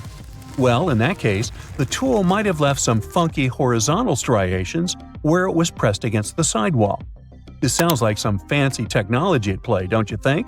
And guess what? The dynastic Egyptians probably didn't have access to that kind of know-how. Another famous Egyptologist from way back also uncovered a bunch of core drills during his adventures. Although the actual drill bits are missing, his collection houses these particular core remnants made of limestone, alabaster, and even granite. These constructions aren't the only amazing thing the ancient Egyptians left behind, though. As it turns out, the Egyptians were the genius minds behind the creation of the handheld mirror. Yeah, that little mirror you use every day to check yourself out. But here's the twist. These mirrors are like pieces of art. They were decorated with inscriptions and figures. But that's not all. The Egyptians had a serious concern with their appearance. They knew the importance of personal hygiene and looking fabulous. So, in their quest for pearly whites, they invented toothbrushes and toothpaste. Dental problems were pretty common back then, and their smiles weren't exactly all white. Dentistry wasn't their strongest suit, you see. Maybe their minds were distracted by all that pyramid building. So that doesn't mean those ancient toothpaste recipes weren't amazing. One delightful concoction included rock salt, mint, dried iris petals, and pepper. Some brave dentists in the 21st century tried it out, and it worked pretty well. Ground-up ash was also used in another recipe to create a tooth cleansing paste. Mint was missing, so that didn't do much for their breath. That's when the genius Egyptians came up with the world's first breath mints. They made tablets from heated spices like cinnamon, and they mixed it with honey. Now, let's shift gears to home decor, Egyptian style. They surely took ornamentation to the next level. While the concept of decorating furniture started in Mesopotamia, the Egyptians cranked it up a notch. They went all out with different colors of ink and even developed various weights of paper. Oh, and let's not forget about those cute little area rugs we all have in our homes today. Guess who came up with the idea? Yep, the Egyptians. They used the versatile papyrus plant to make those cozy rugs. And speaking of trends, the Egyptians loved their knickknacks. They had an assortment of small figurines in the shapes of cats, dogs, and people. These statues were made from various materials, like simple sun-dried mud to the ultimate bling of gold. It all depended on how loaded you were. The Egyptians were also all about farming, and they knew that clean water was crucial for their crops and animals. That's why they came up with some nifty inventions and techniques to make sure their land was fertile and their plants were happy. First off, they had the genius idea of using ox-drawn plows. They had two types of plows, heavy and light. The heavy plow would strut its stuff, cutting deep furrows in the soil, while the lighter plow followed behind, fluffing up the earth. But they didn't stop there. After plowing, the Egyptians would break up clumps of soil and sow the rows with seeds. To give those seeds a good old squish into the furrows, they'd march their livestock across the field, effectively closing up the furrows. But hey, all that hard work would be pointless if their seeds were as dry as the Sahara. That's where irrigation comes into play. The Egyptians were so good at it that other cultures, like the Greeks and Romans, couldn't help but copy their techniques. Now let's switch gears and talk about the marvelous architecture of ancient Egypt. These folks weren't just skilled farmers, They were also architectural maestros. They built these fancy canals to carry water to farms and villages, and boy, did they know how to make those canals look pretty. Just imagine strolling along a canal lined with ornate structures. The pharaoh Ramesses the Great was quite the overachiever when it came to construction. One of his mind-blowing creations was the construction located at Abu Simbel. This building was designed so that twice a year, the sun would shine directly into it and illuminate the statues of Ramesses. And let's not forget about the corbelled arch. Without this architectural gem, we'd be missing out on some mind-boggling structures like the Great Pyramid. The Egyptians knew how to make things stand tall and proud, thanks to their engineering and construction wizardry. They built grand halls and inner sanctums that make your jaw drop, and some of these temples doubled as astronomical observatories.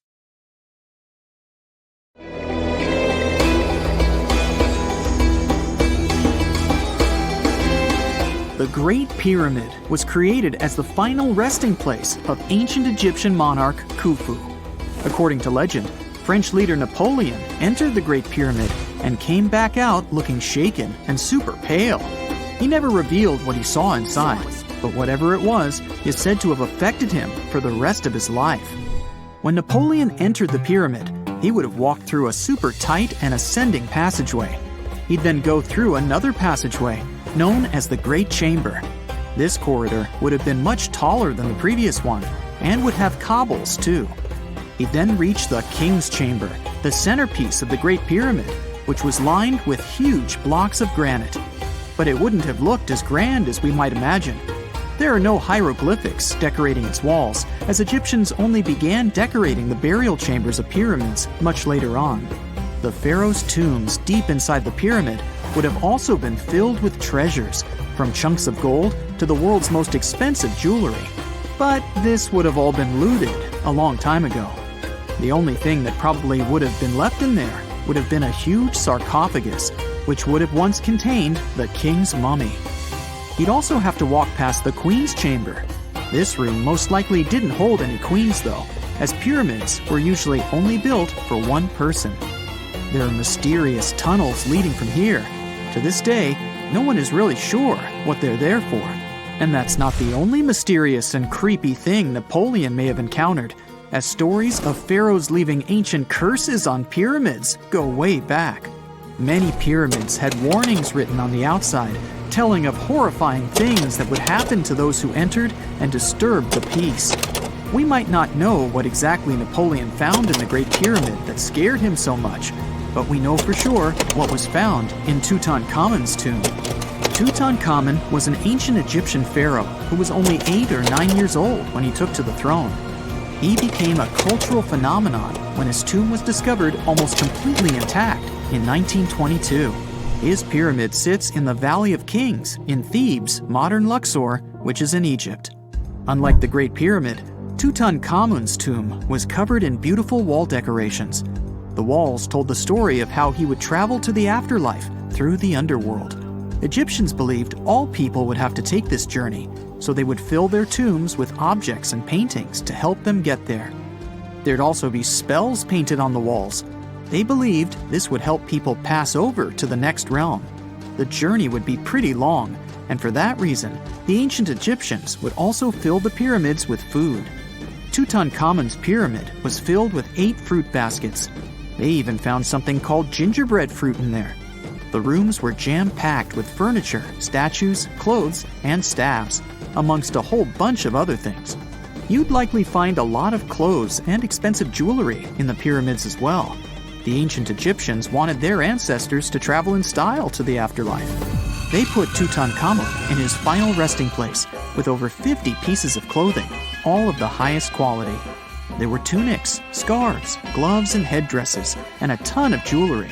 Bracelets, pendants, necklaces, rings, and scarabs for protection were all found inside. Each of them was made of gold or precious stones. There were also fans made of ostrich feathers to keep the old pharaoh cool in the hot Egyptian sun. But the temperature inside the pyramids never actually went above 68 degrees Fahrenheit.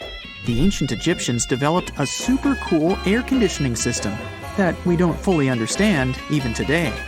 Tutankhamun's pyramid also contained 130 walking sticks made from ebony, ivory, silver, and gold to help him on his journey.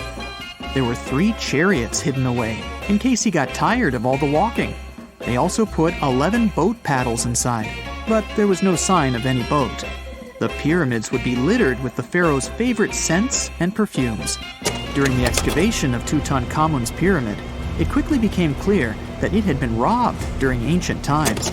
There was damage to doors and traces of oils left in empty jars.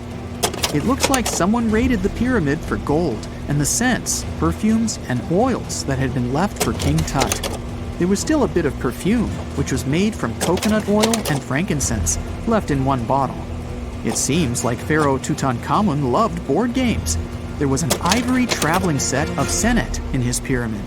Although we don't know for sure exactly how to play it, we have figured out it was sort of an ancient Egyptian version of backgammon. It looks like it was a 2-player game where the goal was to knock your opponent off the board. Not really sure who Tutankhamun's mummy was supposed to play with, though. The ancient Egyptians had some rituals that may seem pretty strange to us. For example, they used to shave their eyebrows off if they ever lost a cat. So it's not too surprising they put some really weird things inside pyramids. Archaeologists discovered a collection of mummified cats and scarab beetles in pyramids that date back more than 4,000 years. They were found in the pyramids of Saqqara, which is south of Cairo. They also found a bunch of makeup kits and mirrors inside. Makeup was worn proudly by both men and women in ancient Egyptian times. Eyeliner was the most popular cosmetic. The Rosetta Stone was one of the best discoveries ever made in pyramids. It was found by our man Napoleon Bonaparte and his team.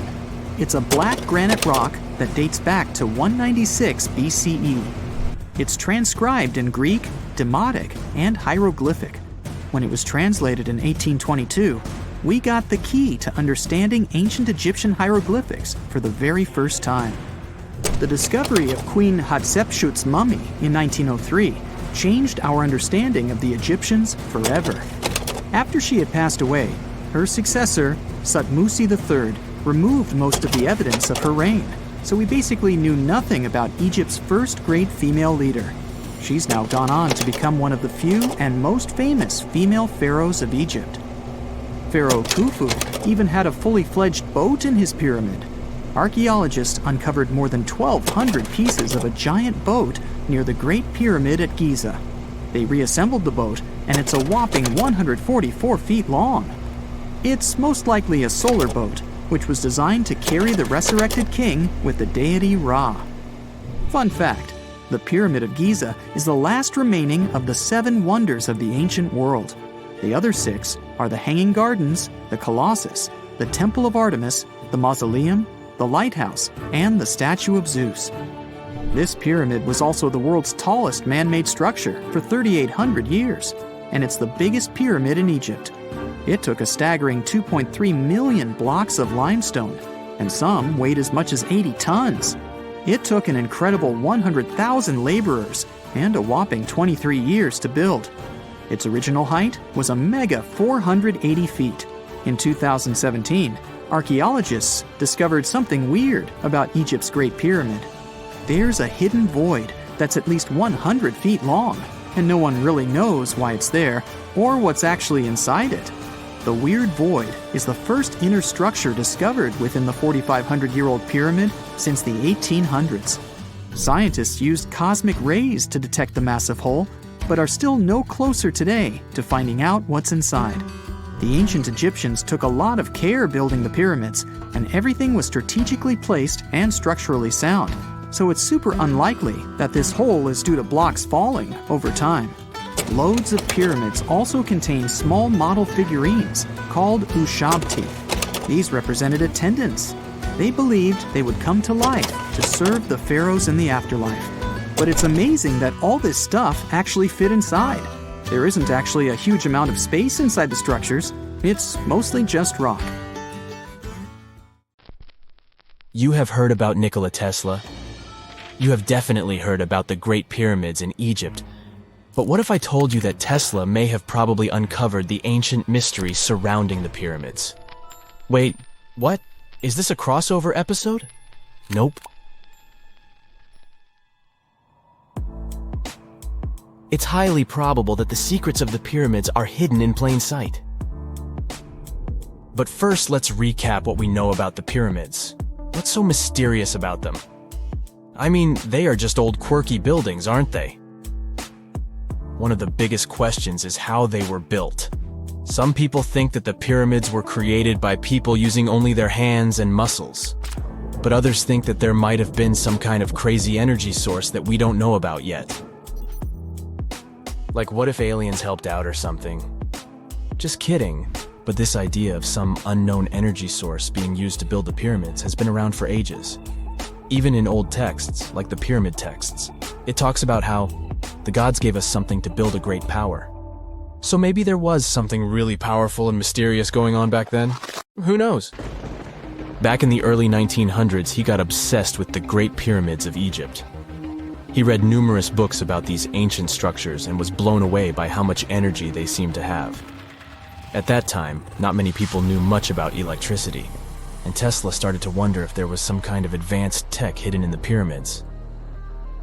He had an idea that the power of the pyramids had to do with electromagnetism, and he put a lot of time and effort into trying to figure out the mystery. Tesla had some pretty unusual theories about the Great Pyramids.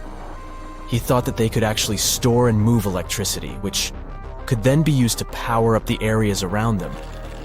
He also had this theory that the pyramids were built using some kind of crystal energy. He believed that the chambers inside the pyramids could have these super powerful crystals that could control the electromagnetic fields. But that's not all. Tesla also had this idea that the materials used to make the pyramids had properties that allowed them to trap energy from the sun and the moon. And not just a little bit of energy. He thought that the pyramid could actually create this massive energy field that could light up whole cities or even brighten up dark places. He thought that the pyramids could be used as giant power plants to generate electricity and run machines. Tesla even believed that the pyramids were somehow linked to cosmic energy, which could be used for spiritual enlightenment and healing. How very new age of him. Anyway, Tesla wasn't just pulling these ideas out of thin air. He was seriously into studying everything he could about the pyramids, from ancient artifacts and texts to hieroglyphs and drawings. And he came up with this idea that the pyramids were designed to be energy amplifiers, and some kind of unknown energy source was used during their construction. Some people thought Tesla was eccentric for coming up with these theories, but his ideas have actually had a huge impact on the way we think about the pyramids today. Researchers and scholars have been digging into his theories for years and using them to uncover some of the biggest mysteries surrounding these ancient structures. For example, recently scientists have used theoretical physics to investigate how the Great Pyramid of Egypt would react to certain radio waves. They found out that if the radio waves were a certain length, the pyramid could concentrate the energy inside its rooms and focus it under its base. The scientists did lots of calculations to figure this out. They first thought about what radio wavelengths would work best. Then they made a model of how the pyramid would react to the waves. They figured out how much of the energy from the waves would get absorbed or spread out. Lastly, they checked how the energy would move around inside the pyramid when the waves hit it. To help explain all of this, the scientists used something called multipole analysis. This is when you take a complicated object and break it down into simpler parts. Then you can see how each part interacts with the energy that's coming in. It's like taking apart a puzzle to see how each piece fits together. The researchers are interested in how all of this can be used in the future. They want to make really tiny particles that can do the same thing as the pyramid, but with light. By changing the size, shape, and the material of these particles, they can control how the light moves around them. This can be really useful for things like making tiny sensors or super efficient solar cells. The scientists had to make some guesses when they were doing their research. They assumed that there weren't any hidden spaces inside the pyramid, and that the material used to build it was all the same. But even with these guesses, they still made some pretty impressive discoveries. But the pyramid study is not the only proof that Tesla was ahead of his time. There are more Tesla's projects that seemed unrealistic at the time. but that scientists and enthusiasts reevaluate and try to implement today. Let's talk about Tesla's most ambitious project, the Wardenclyffe Transmission Tower. Back in 1900, Tesla was already a big shot when it came to electrical engineering in America. People were blown away by his amazing inventions and the fact that he managed to outdo Thomas Edison in the battle of currents. However, Tesla wasn't content to rest on his laurels. He decided to embark on his most ambitious project yet, the transmission tower at Wardenclyffe. It was built between 1901 and 1905, and it was based on one of Tesla's breakthrough ideas. He had a vision to make the impossible possible by creating a global wireless communication system. It would use Earth itself as a conductor, transmitting music, news, stock market reports, secured military communications, and even facsimile images. Does it sound familiar? Right, it sounds just like the internet that we use today, only without the use of any wires. But Tesla had a much bigger dream in mind, to transmit power wirelessly. He already proved that high-frequency signals could be sent without any wires using his Tesla coil transformers, and this sparked his obsession with wireless energy transmission. His vision was to not only transform the way we communicate, but also to find a way to transfer power currents globally by tapping into the Earth's natural energy. Tesla believed that there was an abundance of free energy all around us that could be used for humanity's benefit. In 1899, he conducted some top-secret experiments and got convinced that it was possible to transmit electrical power through the Earth's upper atmosphere. This is actually how the Wardenclyffe Tower was created. It was supposed to be the prototype station for a network of towers all over the globe that would provide the whole world with wireless energy. Unfortunately, Tesla didn't have the resources or the patience of his investors to bring this project to fruition. It ran into all sorts of financial problems and roadblocks, and in 1917, the unfinished tower was finally torn down for scrap metal to pay off Tesla's mounting debts.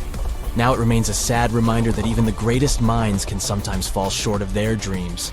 The original red brick laboratory, however, is still there, and it is the only Tesla lab that has survived. Fun fact, in 2017, a film crew made a crazy discovery. They used ground-penetrating radar to explore the area around Wardenclyffe, and they found a whole series of tunnels stretching for hundreds of feet underneath the site. Nobody knows exactly what these tunnels were used for, but people have been speculating for years that they were part of Tesla's grand plan. Wardenclyffe, of course, is a major landmark for Tesla enthusiasts from all over the world. Who knows? Maybe someone will finally crack the mystery of the tunnels one day. But even if they don't, the legacy of Tesla and his amazing ideas lives on. The ancient city of Taposiris Magna is hidden on the northern coast of Egypt. These days it has very little of its former glory, but what lies beneath it may hold the secret to uncovering a famous mystery. That of Cleopatra, the most memorable Egyptian queen in history.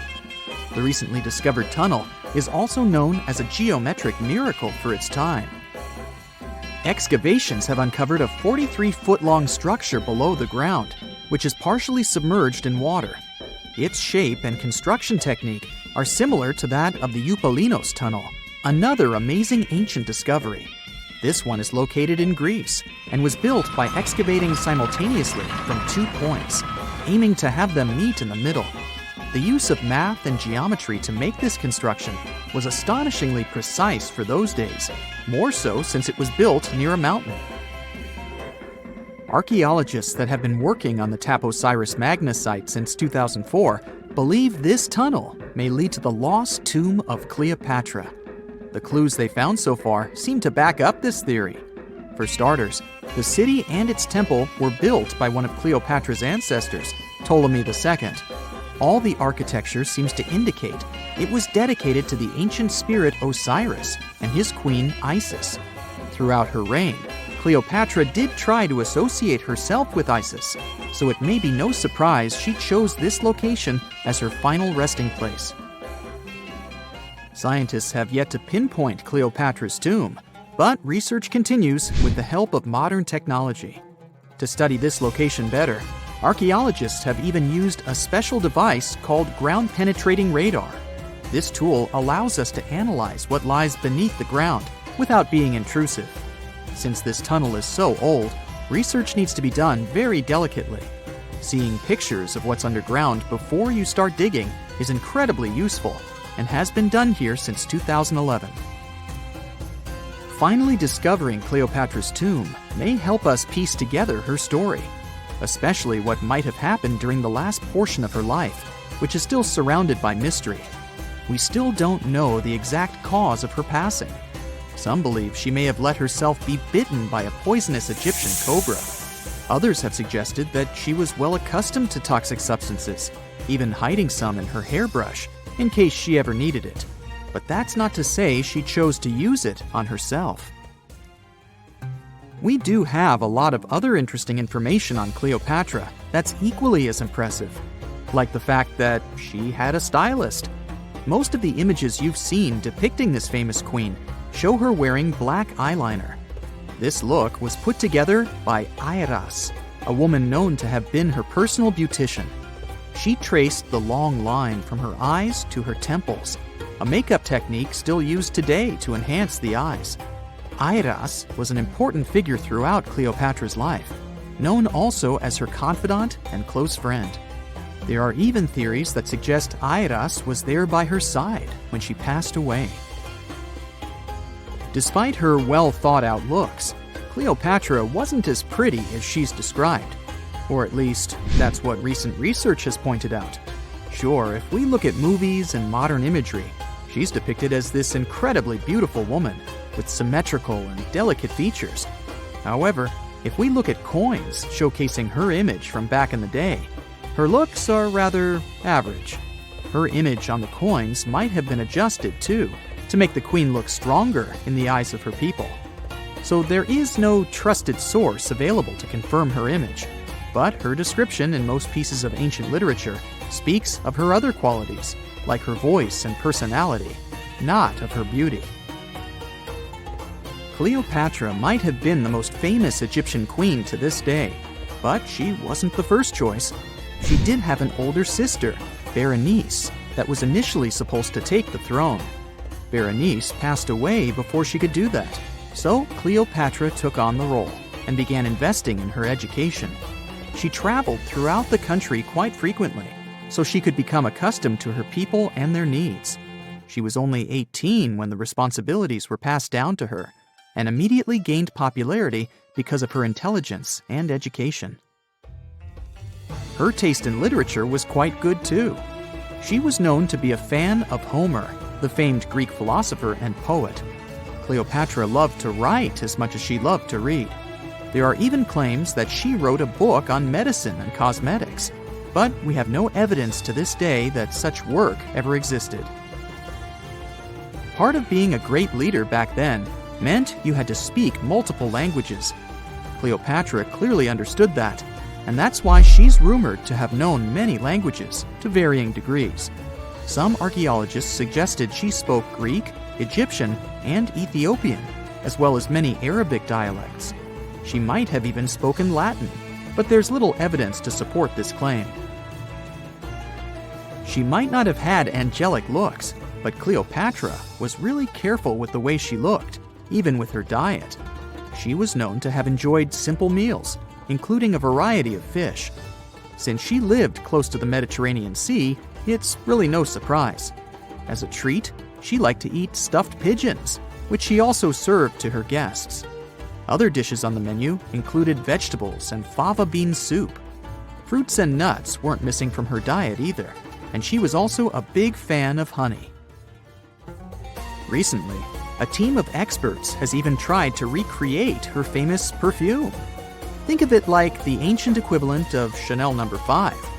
Cleopatra was known to be a fan of luxurious scents, which she believed could even influence how people treated her when they met.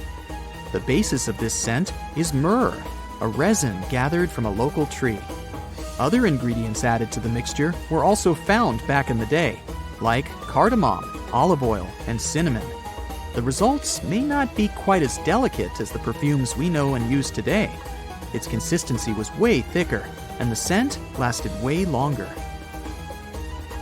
When she was at the height of her power, Cleopatra might have been the richest person in the world. Back in the day, she ruled over a territory that stretched across the Mediterranean. from modern-day Libya in the west through Egypt to Syria in the east. This is the largest territory ever ruled over by a woman. In today's currency, her worth might have been somewhere around $95 billion. The calendars we use today may have been introduced by Cleopatra herself. She presented the idea of leap years and leap days to Caesar, the Roman emperor she was known to have been close with. Taking her advice, Caesar made these adjustments part of the official Roman calendar. The ancient Egyptians already knew the year was longer than precisely 365 days.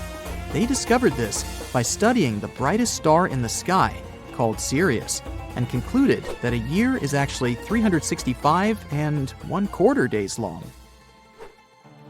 It was Elizabeth Taylor that famously introduced Cleopatra to pop culture when she played her in the 1963 film bearing the same name.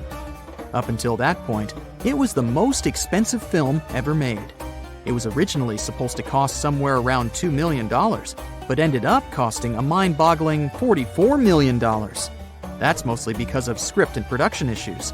To make this iconic movie, producers created 79 sets from scratch, as well as over 26,000 costumes for the cast. Elizabeth Taylor's Cleopatra costumes alone cost somewhere around $200,000.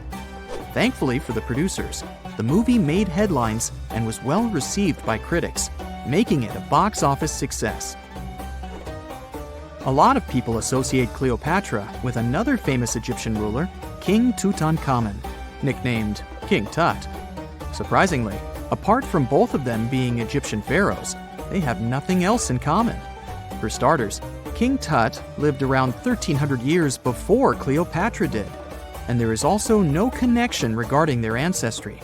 Cleopatra had Macedonian Greek roots, while King Tut was a native Egyptian. X-rays are a type of invisible radiation that can pass through our bodies and objects. They're very important in the field of medicine because they allow doctors to see inside our bodies without having to perform surgery. Now, let's dive into how X-rays work. They're a kind of electromagnetic radiation, just like light or radio waves. However, they have much higher energy than light, which makes them able to go through objects that light cannot. Imagine you have a powerful flashlight. If you try to shine it through a wall, the light won't go through because the wall is too thick. But these rays have enough energy to go through walls and even our bodies. The discovery of X-rays happened by accident in the late 19th century. A scientist was experimenting with cathode rays, which are a type of radiation. He was working in his lab and noticed that a nearby fluorescent screen started to glow, even though it was not directly exposed to the cathode rays. He realized that something invisible was causing the fluorescence, and he named it X-ray, because X is the mathematical symbol for something unknown. He continued experimenting with such rays and discovered that they could pass through many objects, like flesh and bones, but not through denser materials like metal. He also found that X-rays could create images on photographic plates, just like a camera takes pictures. The way this works is quite fascinating. Imagine you're standing in front of a bright light and you hold your hand in front of your face. Your hand blocks the light and you can't see through it. But if you place a sheet of tissue paper in front of your hand, some light will pass through, and you'll be able to see the outline of your hand. X-rays work in a similar way. When a doctor wants to take an X-ray of a part of your body, they will ask you to stand or lie down next to a machine. This device has a special plate that can capture the image. Let's say the doctor wants to further examine your arm. They will place the X-ray plate on one side of your arm and the machine on the other side. Then, the machine will produce a controlled burst of X-rays that pass through your arm. Remember how we talked about the tissue paper allowing some light to pass through? Well, in this case, some of those X-rays will go through your arm, while others will be absorbed or blocked by the denser parts of your body, like bones. The plate captures the X-rays that pass through your arm, and it creates an image. This image shows the bones and other structures inside your body, allowing the doctor to see if there are any problems or injuries. Now, you might be wondering why X-rays can pass through some things but not others. It has to do with the density and composition of the objects. Denser materials like bones absorb more X-rays, so they appear white in the image. So when you look at the result, you'll see your bones as white shapes. Other tissues like muscles and organs are less dense and allow some of those rays to pass through, so they appear as gray shadows. What if I told you there's a whole new way you can peek inside objects, but without using X-rays? I'm not talking about magic powers. Take a comfortable seat while I explain what muography is. This fascinating scientific technique allows us to see inside objects and even beneath the Earth's surface using a special type of particle called a muon. These elementary particles are very similar to electrons, but they're much heavier. They are created high up in the Earth's atmosphere when cosmic rays, which are particles coming from space, collide with the air molecules. Now, muons are special because they can pierce through different materials. They can pass through rock, soil, and even buildings. Scientists realized this potential back in the 1950s when they were studying cosmic rays and noticed that some of the particles could pass through thick materials. The first muography experiments took place in the 60s. Specialists discovered that muons can be detected using special devices called muon detectors. These detectors are usually placed underground or in specially designed laboratories to shield them from other particles and background radiation. Now let's dive into how muography actually works. Imagine you have a large object, like a pyramid, a mountain, or even an ancient statue, and you want to see what's inside without damaging it. First, detectors are positioned around the object or in the area you want to examine. These detectors are sensitive to muons and can track their paths. When such a particle passes through a detector, it leaves a trace, like footprints in the sand. By collecting data from multiple detectors, scientists can reconstruct the paths. Here's where things get really cool. The Earth's atmosphere acts like a natural filter for muons. It turns out that the more massive an object is, the more particles it will block. So, if you have a large, dense object like a mountain, fewer muons will pass through it compared to a smaller, less dense object, like an empty box. This difference in the number of particles that reach the detectors can give us clues about what's inside the objects. Scientists use computer algorithms and mathematical techniques to analyze the data and create images. These images represent the density distribution of the object being studied. It's like creating a map that shows where the densest areas are and where there's gaps inside the object. The concept of muography is similar to using shadows to understand the shape and size of an object. Imagine you're standing in front of a bright light and you place your hand between the light source and a wall. You'll see a shadow of your hand on the wall. Based on the shape and size of the shadow, you can get an idea of what your hand looks like, even though you can't see it directly. This technique has been used to study various objects and structures. For example, scientists have used it to explore the inside of volcanoes and pyramids, and even to investigate the structure of mountains and the Earth's crust. With the help of this amazing technique, scientists have now uncovered new information about the Great Pyramid of Giza. They discovered something that had eluded tomb raiders for centuries. They found a hidden chamber. And guess what they named it? The Big Void. Yeah, I know, not the most creative name. They even used 3 different muon detection techniques just to be super sure that it was indeed a big, mysterious void inside the grandest pyramid of them all. Once news got out about this mind-boggling discovery, Egyptian authorities couldn't resist the temptation to explore further. So they brought in an endoscope camera to confirm the existence of this epic void. So they inserted a camera through one of the openings underneath the entrance, and voila, it revealed a corridor. More so, the corridor had a chevron ceiling. I can't help but imagine the ancient Egyptians using it as a cool dance floor. Another team of scientists decided to take another shot at scanning this newfound void. According to them, the Great Pyramid of Giza is a pioneer in the pyramid game. It used a technique called chevron to cover internal structures and keep them from collapsing. Now, why did the ancient Egyptians build this corridor and the grand void it leads to? One theory suggests that the corridor was built to relieve pressure inside the pyramid. Another theory says that the void could be a result of the pyramid's construction process. It could have been an internal ramp used to move roof blocks into position, and then it was left there or filled loosely with rubble. According to other enthusiastic explorers, there might be another burial chamber waiting to be discovered. They believe that the pyramids were built with a dash of randomness in the construction process. As the builders worked their magic, they realized that some chambers wouldn't be able to handle the weight of a majestic sarcophagus. So they made adjustments on the fly, creating new plans as they went along.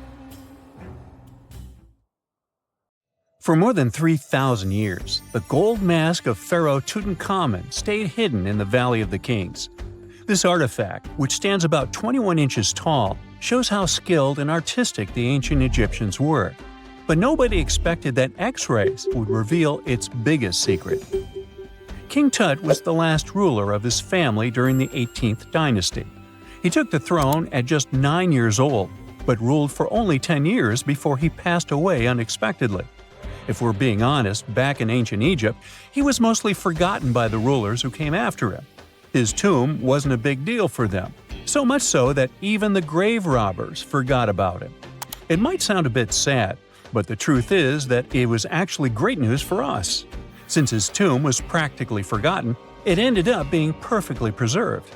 While the other tombs in the Valley of the Kings were looted, his remained sealed and untouched.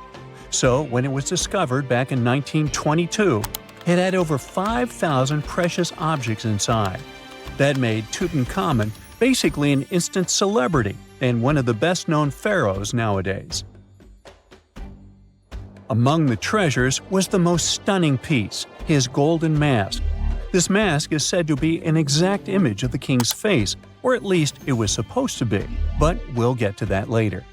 The purpose of this accurate representation of his face was to make sure that his soul would recognize him in the afterlife and return to his mummified body. In ancient Egyptian beliefs, this would allow him to continue living in the afterlife. The details of the mask clearly looked incredibly difficult to create, but people didn't realize how complex it truly was until many years later. The first X-rays of the mask were taken in 1967. Back then, the main reason for these scans was practical – conservation. The mask was heading to Paris for an exhibition, and it was the first time it had ever left Paris. This would help them keep track of any changes during the exhibit. Plus, the images could give clues about how the mask was made, but back then, they probably didn't fully realize just how complex its construction was. I mean, Egyptian goldsmiths didn't use modern soldering techniques. So, how did they make this mask? New X-rays taken in 2007 gave us some answers. It turned out the Egyptians didn't use pure gold, which is 24 carats. The mask was actually made of 23-karat gold, meaning it was mixed with another material. So, specialists discovered that the gold sheets contained a small amount of copper, a reddish-brown metal. This was likely done to make the material more flexible and easier to shape. They would then shape the gold sheets by heating and hammering them over and over again. But there was one more secret inside the mask that wasn't discovered until 2015. The year before, the staff at Cairo's Egyptian Museum were working on the mask display when the long beard of the mask accidentally got knocked off. Another theory is that the beard had become loose over time and just fell off. Either way, the fact that King Tut's beard came off caused a lot of stress. After all, we're talking about one of Cairo's biggest tourist attractions, so the experts had to fix the problem quickly. The restoration process started with a detailed recording of the mask's condition. To do this, they had to take a full three-dimensional scan of the artifact, and, by accident, they found something very interesting in the mask. Inside the royal beard, there is a gold tube, an intriguing structure that the Egyptians likely used to attach the beard to the rest of the mask. And that proved, once again, that the process of making this mask was even more complex than experts thought. But the mysteries don't stop there. Remember how we mentioned that the mask was thought to perfectly represent King Tutankhamun's face? Well, that might not be entirely true. Some popular theories suggest the mask was never meant for him and was actually made for someone else. A study published in 2015 suggested the mask was originally made for a female pharaoh, his supposed stepmother, the famous and beautiful Egyptian queen Nefertiti. The biggest clue comes from an inscription on the mask. At first glance, it seemed to belong to Tutankhamun, but after a close examination, researchers noted that something else was actually written underneath King Tut's name. The royal name stamp seems to have been altered, and originally it had something written on it that translates to Queen Nefertiti. There is another feature of King Tut's golden mask that was overlooked for years, which adds even more mystery. As we mentioned earlier, experts believe he wasn't respected much by the pharaohs who came after him. And one of the clues that made archaeologists think this is the pierced ears on the mask. Some researchers believe that King Tutankhamun wouldn't have worn earrings after he was a kid. So, according to their theory, by the time he passed away at 18, he shouldn't have been represented with pierced ears. This could also support the idea that the mask originally belonged to Nefertiti, or maybe to someone who wasn't even connected to King Tut. But the mask isn't the only source of mystery. In fact, his whole tomb is full of puzzles. Recently, historians found a sign that the place where King Tut was supposed to be buried was changed at the last minute. For years, experts wonder why a pharaoh who ruled for 9 years ended up in such a simple tomb. When compared to the grandeur of other pharaohs' tombs, his tomb seemed, well, a bit plain. The idea that a king like Tutankhamun would have such an unremarkable resting place just doesn't match up with the power and importance he must have had in ancient Egypt. So, what happened? Well, apparently, this might have something to do with his successor, Pharaoh I. After King Tutankhamun passed away, researchers believe that I made sure to erase him from Egypt's history. So, one theory suggests that he was probably behind the quick decision to place King Tut's body in a smaller, less impressive tomb. When experts looked at I's own tomb, they found something interesting. There is a large wall covered in painted baboons. This is the same type of artwork found in Tutankhamun's tomb. It seems like the same person might have chosen the artwork for both tombs. Now, the design and decoration of the two tombs are almost identical, suggesting there was a shared hand behind both. But there is one key difference. I's tomb is fit for a king. It's much bigger and more impressive, even though the style and artwork are similar to what you see in Tutankhamun's tomb. So the theory suggests that I decided what went into both tombs. Since Tut passed away unexpectedly at a young age, his grand tomb wasn't finished in time. Normally, pharaohs start building their tombs while they're still alive to make sure everything is perfect.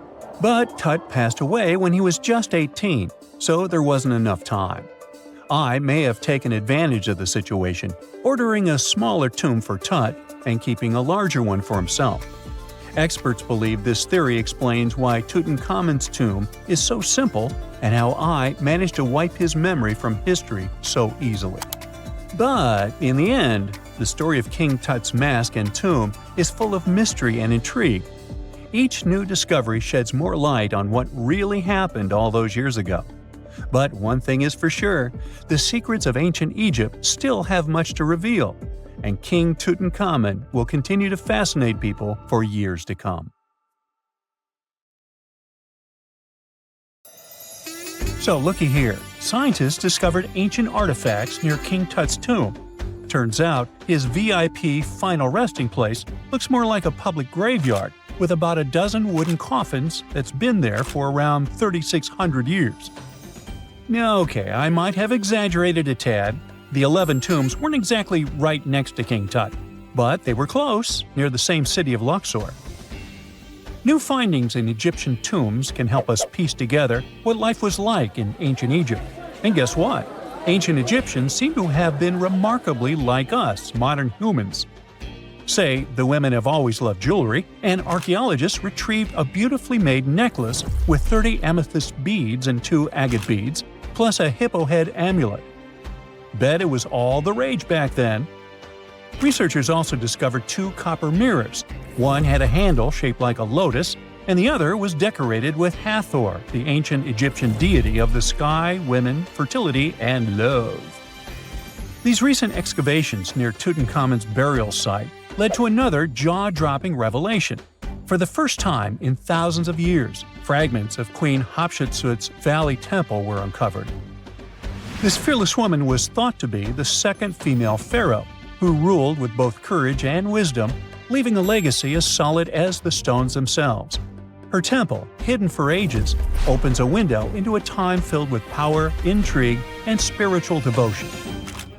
Archaeologists found over 1,000 beautifully decorated stone blocks on the outskirts of Hatshepsut's funerary temple. There were very few women who managed to take the throne in ancient Egypt. Another tomb was found nearby, and it belonged to the overseer of Queen Teti Sheri's palace, whose name was Jehuti-Mez. Queen Hatshepsut seems to have even more tombs, aces up her sleeve. These tombs were carved into the rock instead of being built as pyramids, showing a unique ancient perspective on how to protect the soul in the afterlife. Experts managed to retrieve some cool ancient pieces from the site. Toys made of clay, mummy masks, winged scarabs, and some amulets. Sadly, there surely used to be way more artifacts, but over the last centuries, there have been people other than archaeologists to stumble upon this site. It's likely that looters got to these tombs before them and may have taken some valuable items. But they did leave behind some cool stuff for the researchers, like pottery used for offerings of bread and meat, along with archers' bows that connect the tomb's owners to the Egyptian military. Meanwhile, soul protection is way more important than you might think, especially if you're roaming around Luxor looking for ancient secrets. You aren't scared of King Tut's curse, are you? Let me tell you what happened to those who weren't scared, but promise me to take it with a dash of salt, okay?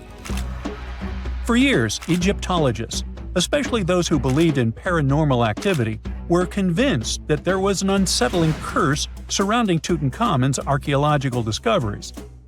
This belief stemmed from the mysterious and untimely demise of several excavators who discovered the tomb in 1922 with no logical explanation for why they passed away. It was just easier to chalk it up to something supernatural and avoid the whole mess. But it turns out it wasn't a curse at all. It was likely the radiation that caused those excavators to perish. Now, you might wonder where the radiation came from. After all, while radioactivity was discovered in the 19th century, ancient Egyptians, despite their impressive pyramids, didn't have any radium lying around to make Tut's tomb glow like crazy. So, what could be the real story? It might have been toxic waste behind it all. Toxic levels of radiation from uranium and hazardous waste have been lurking inside the tomb since it was sealed over 3,000 years ago. The burial chamber of Tutankhamun's tomb reportedly has such high radiation levels that anyone who steps inside could easily end up with a fatal dose of radiation sickness or an incurable condition. By the way, you can have a somewhat similar level of radioactivity if you don't get rid of those moldy dinner leftovers you left to perish in your fridge a month ago. But this radioactivity isn't exclusive to Tutankhamun's tomb. Ancient Egyptian artifacts discovery is rewarding yet dangerous due to unusually high radiation levels in Old Kingdom tombs all over Egypt. Geiger counters have detected radiation at 2 sites near the Giza pyramids, and radon, a radioactive gas, has been found in several underground tombs in Saqqara. Interestingly, experts believe that the builders of these ancient tombs were aware of the toxins, as some eerie warnings were carved into the walls of many tombs. One inscription ominously declared, "They that break this tomb shall meet their end by a malady that no doctor can diagnose." Other ominous phrases like "forbidden," "due to evil spirits," only added to the fear that supernatural curses haunted these ancient sites. Ominous signs have stunned archaeologists since forever. But the fear grew even stronger a century ago with the mysterious passing of Lord Carnarvon, who funded King Tut's excavation in 1922 and reportedly explored the treasure-filled rooms, along with several others who entered the tomb. Arthur Weigall, another British Egyptologist who was present at the tomb's opening and is credited with starting the curse myth, passed away young when he was just in his 50s in 1934. Chances are the condition that made him pass was connected to radiation. In total, 6 out of the 26 people who were there when the tomb was opened met their end within a decade from various causes. Not only X-ray exposure, those reasons include asphyxia, stroke, heart failure, pneumonia, and even poisoning. Well, isn't this getting a little grim? There was one guy who opened the tomb and somehow managed to avoid the infamous curse, Howard Carter, or so it seemed. Some folks pointed to his survival as proof that the curse wasn't real. After digging up the tomb, Carter published several books on the topic and shifted gears from archaeology to dealing in antiquities for various museums. Despite dodging demise or injury, rumors swirled about how the curse may have impacted him in other ways. One of the big stories linked him to Lord Carnarvon's daughter, Evelyn. Some said he was madly in love with her, but she married someone else, so he chose to stay single. Others claimed they had an affair while she was in Egypt, which ended when her father passed away and she left the country for good. However, there wasn't much evidence to support these stories. Evelyn was just 6 when they met, and they remained friends until his last breath. She was even one of the few attendees at his funeral, but denied any romantic involvement, saying they weren't that close. A year after the revolutionary discovery near King Tut's tomb, Evelyn married politician Sir Brograve Beauchamp and had a daughter. That same year, Beauchamp toured the tomb with his parents, guided by Carter himself. Carter never married and, aside from those posthumous rumors about Evelyn, had no other romantic connections. While the curse adds an intriguing twist to his life story, his tendency to keep relationships at arm's length was evident long before the tomb was opened. It seemed Carter just wasn't a people person. In 1939, after battling a serious illness, he ultimately succumbed to fate. He was 64, which was a pretty common life expectancy in the UK back then, so no one really thought it was off and linked it to an ancient curse. When he passed, it turned out he had several artifacts from Tutankhamun's tomb in his London apartment, which were eventually sent back to Egypt, marking what some viewed as the curse's end. Who knows? Maybe if he hadn't had all those ancient souvenirs at his place, he would have lived way longer. But all the other demises might seem off. The curse theory was likely fueled by some strange events during the excavation. Carnarvon got a mosquito bite that became severely infected, and around the time they opened the tomb, Cairo experienced a bizarre power outage and a freak sandstorm. Back in England, the Earl's dog, Susie, managed to escape from Carnarvon's house and began barking frantically at seemingly nothing. At least that's what the staff and family saw. Strangely enough, at the very moment her owner's heart stopped, Susie started howling and fell down without showing any signs of life. Maybe radiation didn't play a crucial role after all, and those were indeed ancient artifacts from King Tut's tomb that made them all perish. Spooky, huh? We all know some iconic symbols. The Statue of Liberty screams USA. The Eiffel Tower represents Paris. And this mask? Undoubtedly, it's Tutankhamun's, right? Sometimes it feels like historians have squeezed every last drop out of the King Tut story. But guess what? The most obvious details often slip right under our noses. Like the fact that this famous mask didn't actually belong to him, nor was it ever meant for him. Stick with me for the details. Can we get a close-up of that mask? Thanks. See those holes? Yep, they're for earrings. And no, it's not that they had anything against jewelry, but back in ancient Egypt, earrings were typically worn by high-status women or kids.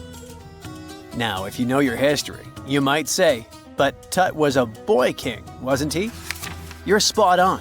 He began his reign at just 9 years old. Sadly, that didn't last long as he passed away at a very young age. So when he was 9, he might have worn earrings, but he probably took them off when he hit that no earrings age. Sounds reasonable, right? Actually, not quite. That would have been pretty strange since nobody expected him to pass away young. Certainly not at 9. So no one was preparing a kid's mask for a burial. It's this untimely demise that suggests the mask used was simply the best option available when Tut passed away. There are more clues pointing to the idea that the mask was found in a hurry. Let's think about this. Even though Tut was mummified and his body could wait a bit, his loved ones wanted him to reach the afterlife ASAP. Some experts even believe the paint in the tomb was still wet when it was sealed. But look at his mask. It's a masterpiece. There's no way it was made in a rush. It's way more elaborate than other simpler cartonnage pieces. The renowned mask of King Tut stands 21 inches tall, adorned with precious stones, and features a golden beard that weighs 5.5 pounds, making the entire mask 22.5 pounds. Okay, I'm a bit confused here. So it seems like it was probably a kid's mask, but it had a beard? I've never seen a 9-year-old with a goatee, and I'm guessing you haven't either. Just think about it. A grown man's face compared to a kid's face. Fun fact for you, our faces pretty much stopped growing at the age of 16, so by 19, Tut would have definitely had the face of an adult man. Can you imagine trying to fit a relatively small kid's mask on a grown man? That would have been super embarrassing, and no one would have let that happen. Right, let's dismiss the kid's theory. Now, the second option, if you remember, is that the mask could have originally belonged to a woman. This is where the beard theory comes into play. Some researchers believe the beard might have been added later on. Here's another twist.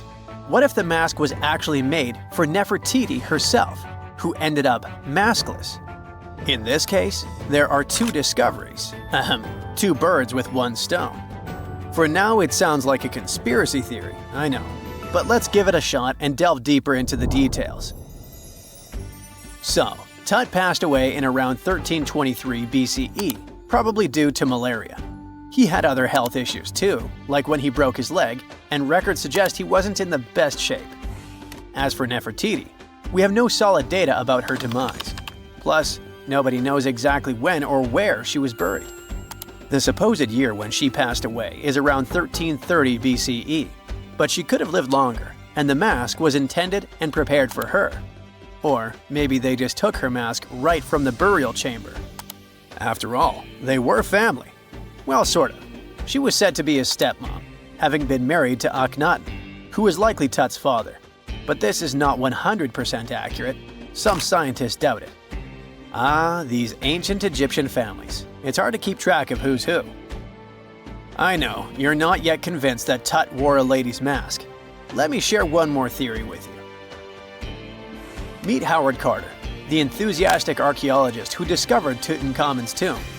It was located in the Valley of Kings outside Luxor and, to everyone's surprise, was nearly intact. When he entered, he noticed something odd. This didn't feel like a pharaoh's burial chamber. It was classy and all, but it had a vibe that suggested it was made for a woman. Typically, Egyptian pharaohs had larger tombs that suited them better, and even more strangely, it was oriented to the right of the entrance. This didn't add up. That orientation was typical for female chambers, which Egyptian queens used. Another red flag was that the chamber appeared to have been built in stages, and all the artifacts, around 2,000 of them, seemed hastily placed there. Even more curious, they looked like they were meant for other royals. Carter discovered this burial site in 1922, but it remained a mystery as to why it was so bizarre. Almost a century later, Nicholas Reeves thought he may have solved the puzzle. He claimed that King Tut might not have been the original resident of the tomb. Instead, he suggested that the undisturbed resting place of the legendary Queen Nefertiti could be hidden behind the walls of the boy king's burial chamber. Nicholas studied high-resolution photos for months, meticulously examining every pixel. One day, he focused on detailed scans that revealed the texture of the tomb's walls beneath layers of paint. He spotted what he believed to be outlines of two doorways that had been blocked and plastered over to hide them from view. The more he looked, the more it seemed real. Could it be a tomb within a tomb? Nicholas theorized there was a hidden storeroom behind the western wall of King Tut's tomb, and his chamber might just be the outermost section of a larger corridor-style network of rooms. It all sounds fancy, but sorry to break it to you, Reeves' theory was debunked. To find out if he was onto something, experts had to use ground-penetrating radar to see the unseen. Reeves' idea was that if there were gaps, it could indicate the presence of additional rooms. And at first, in 2015, one expert even thought he had found a hidden room. But the glory didn't last for long. A year later, after double-checking, it turned out there were no hidden doorways. By the way, Nefertiti isn't the only legendary woman from Egypt whose burial site remains a captivating mystery. There's a cool legend about Cleopatra that you might enjoy. It's said that she once declared, "No man will ever find my tomb." Kind of fitting, right? After all, the person who's come closest to uncovering her final resting place is a woman. Fast forward a few millennia after she passed away, and while no man has located it, archaeologist Kathleen Martinez believes she might have cracked the code. She's been on the quest for Cleopatra VII's tomb for nearly 20 years, and recently discovered a bust that she thinks represents the famous queen. However, not everyone is on board with her claim. Some experts argue that the bust doesn't resemble Cleopatra at all. Alongside this intriguing marble statue, Martinez's team also unearthed 337 coins, some of which, less controversially, feature Cleopatra's likeness. But the real part is that it's still not officially confirmed. There's no doubt about the existence of the small bust. It's carved from white marble, fits in one hand, and shows a woman wearing a royal crown, according to a translated statement from the Egyptian Ministry of Tourism and Antiquities. The big question, though, is who it actually depicts. While Martinez insists this statue is a representation of Queen Cleopatra VII, many other archaeologists argue that the facial features don't match, suggesting it likely belongs to a princess instead. Sorry, I can't resist the temptation of breaking the magic for a moment. Some folks believe that the whole idea of "no man will find my tomb" is misunderstood. Even if she did say it, what she probably meant was "no living soul," and it wasn't about gender at all. It can as well be just a beautiful legend. Toodaloo! And now we're off to almost 5,000 years ago. Let me take you to ancient Egypt, where back in 2550 BC, guess what? The construction of the Great Pyramids of Giza started. People learned to build cathedrals and skyscrapers, but it wasn't until recently that these massive buildings appeared. It's still a mystery to even modern scientists how these pyramids were built 5,000 years ago. No wonder they are one of the 7 wonders of the ancient world. They're also the oldest of them and the only wonder of the ancient world that still exists in the 21st century. It must have taken a lot of cooperation to build a thing that massive, even for today's metrics. But the Giza pyramids weren't the first pyramids ever. The first one, called the Step Pyramid, was built around 80 years before the first Pyramid of Giza in 2630 BC for King Djoser. It wasn't meant to be extraordinary, but ended up being quite impressive. It was a pyramid of 6 stepped layers of stone. It was 204 feet high, which is as tall as a 19-story building. And it was the tallest building that existed at that time. It wasn't just a pyramid, though. It was surrounded by a whole complex of buildings, including even courtyards. In ancient Egypt, people believed in the afterlife, so everyone, especially kings, wanted to make sure they had everything they needed to get ready for it. Here's why the pyramid complex was perfectly supplied with a lot of objects people used every day. The complex included a pyramid and a kind of a palace. Those buildings had many things the king loved and might need one day, like furniture, food, and gold vessels. After Djoser, building pyramids became common practice, but many pyramids weren't finished. It would usually take about 20 years to build one, but many rulers reigned way less than that. Overall, there are more than 100 pyramids. The most famous pyramids are the Great Pyramids of Giza. The first one and the biggest one was built for Pharaoh Khufu, around 2550 BC. Initially, it was 481 feet tall, which is as tall as a 40-story building. The second pyramid was built for Khufu's son, Pharaoh Khafre, around 2520 BC. It's just a bit shorter, usually standing at 471 feet high, a 39-story building. This is the pyramid with the famous statue of the Sphinx. Sphinxes have a lion's body and a human head. They were built to guard important areas. This one has the head of Pharaoh Khafre and is guarding his pyramid, facing the sunrise. The Sphinx is most well known and is one of the world's biggest and oldest statues. Originally, it had red color and did have a nose. It's still possible to see the trace of red pigment by its ears. But no one knows exactly when the nose disappeared. For some time, the Sphinx was sort of hidden underground, being covered with sand up to its shoulders. Luckily, in the early 1800s, an adventurer with a team of 160 people dug it out.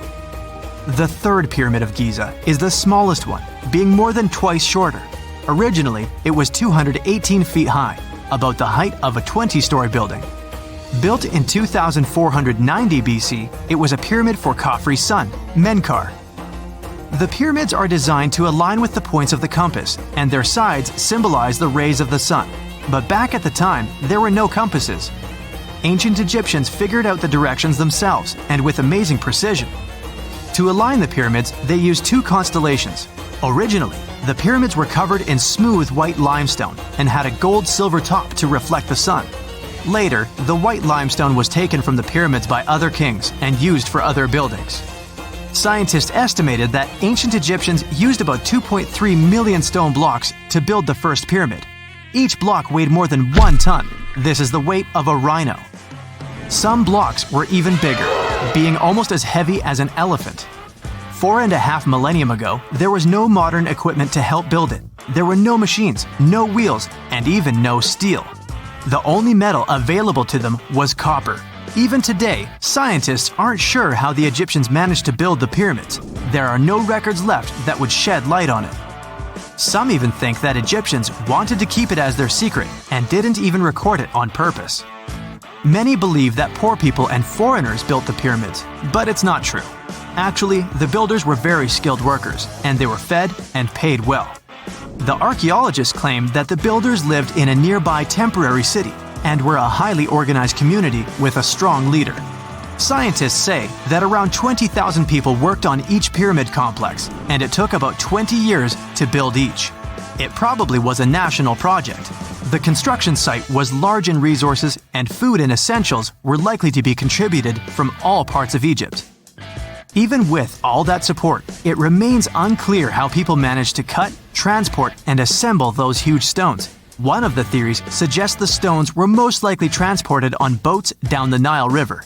Then, there was a harder part. They had to be moved to the construction site. For that, they probably used wooden sleds.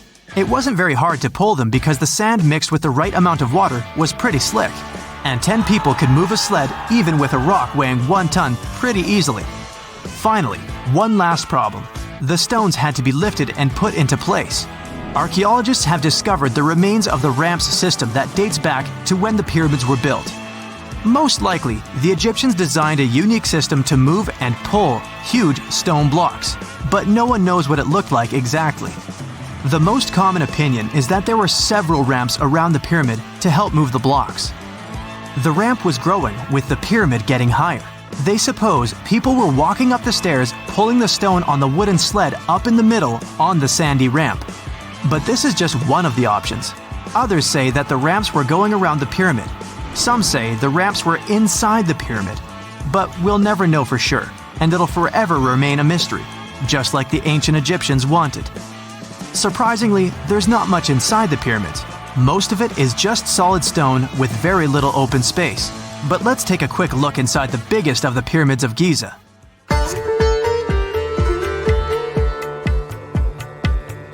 From the entrance, there are 2 stairs, one going down and the other one going up. The descending one takes you to a chamber located underground. That's where the pharaohs are, but not in this pyramid because Khufu wanted to stay higher. The underground room is partly unfinished. The room with Khufu's sarcophagus is called the King's Chamber. It's upstairs and then through the tall and long Grand Gallery. Below the King's Chamber, there's a room called the Queen's Chamber. There are no queens though, and no one is sure why the room is called this. Unfortunately, none of these have any hieroglyphs on the wall. They're just bare. If you want to see them, you should go to the other rooms that are decorated. Those pieces of art are depictions of ancient Egypt's culture and daily life. The texts allow researchers to study their language and grammar. Sadly, the treasures that once were here in the pyramid are long stolen. From that room, there are several tunnels for an unknown purpose. There are many tunnels and passages inside the pyramids. There are many chambers and shafts and secret ways. Scientists have been sending little robots with cameras there for some decades already. And the robots did discover another chamber a bit upstairs with hieroglyphs on the walls. But even today, much of the pyramids is still unknown, and there's no so-called building plan of the pyramids. Egyptians did create a mystery no one can crack for 4,500 years already. Scientists recently started to X-ray the pyramid to learn what's inside it without entering it and its narrow, mysterious tunnels. That's it for today. So hey, if you pacified your curiosity, then give the video a like and share it with your friends. Or if you want more, just click on these videos and stay on the bright side.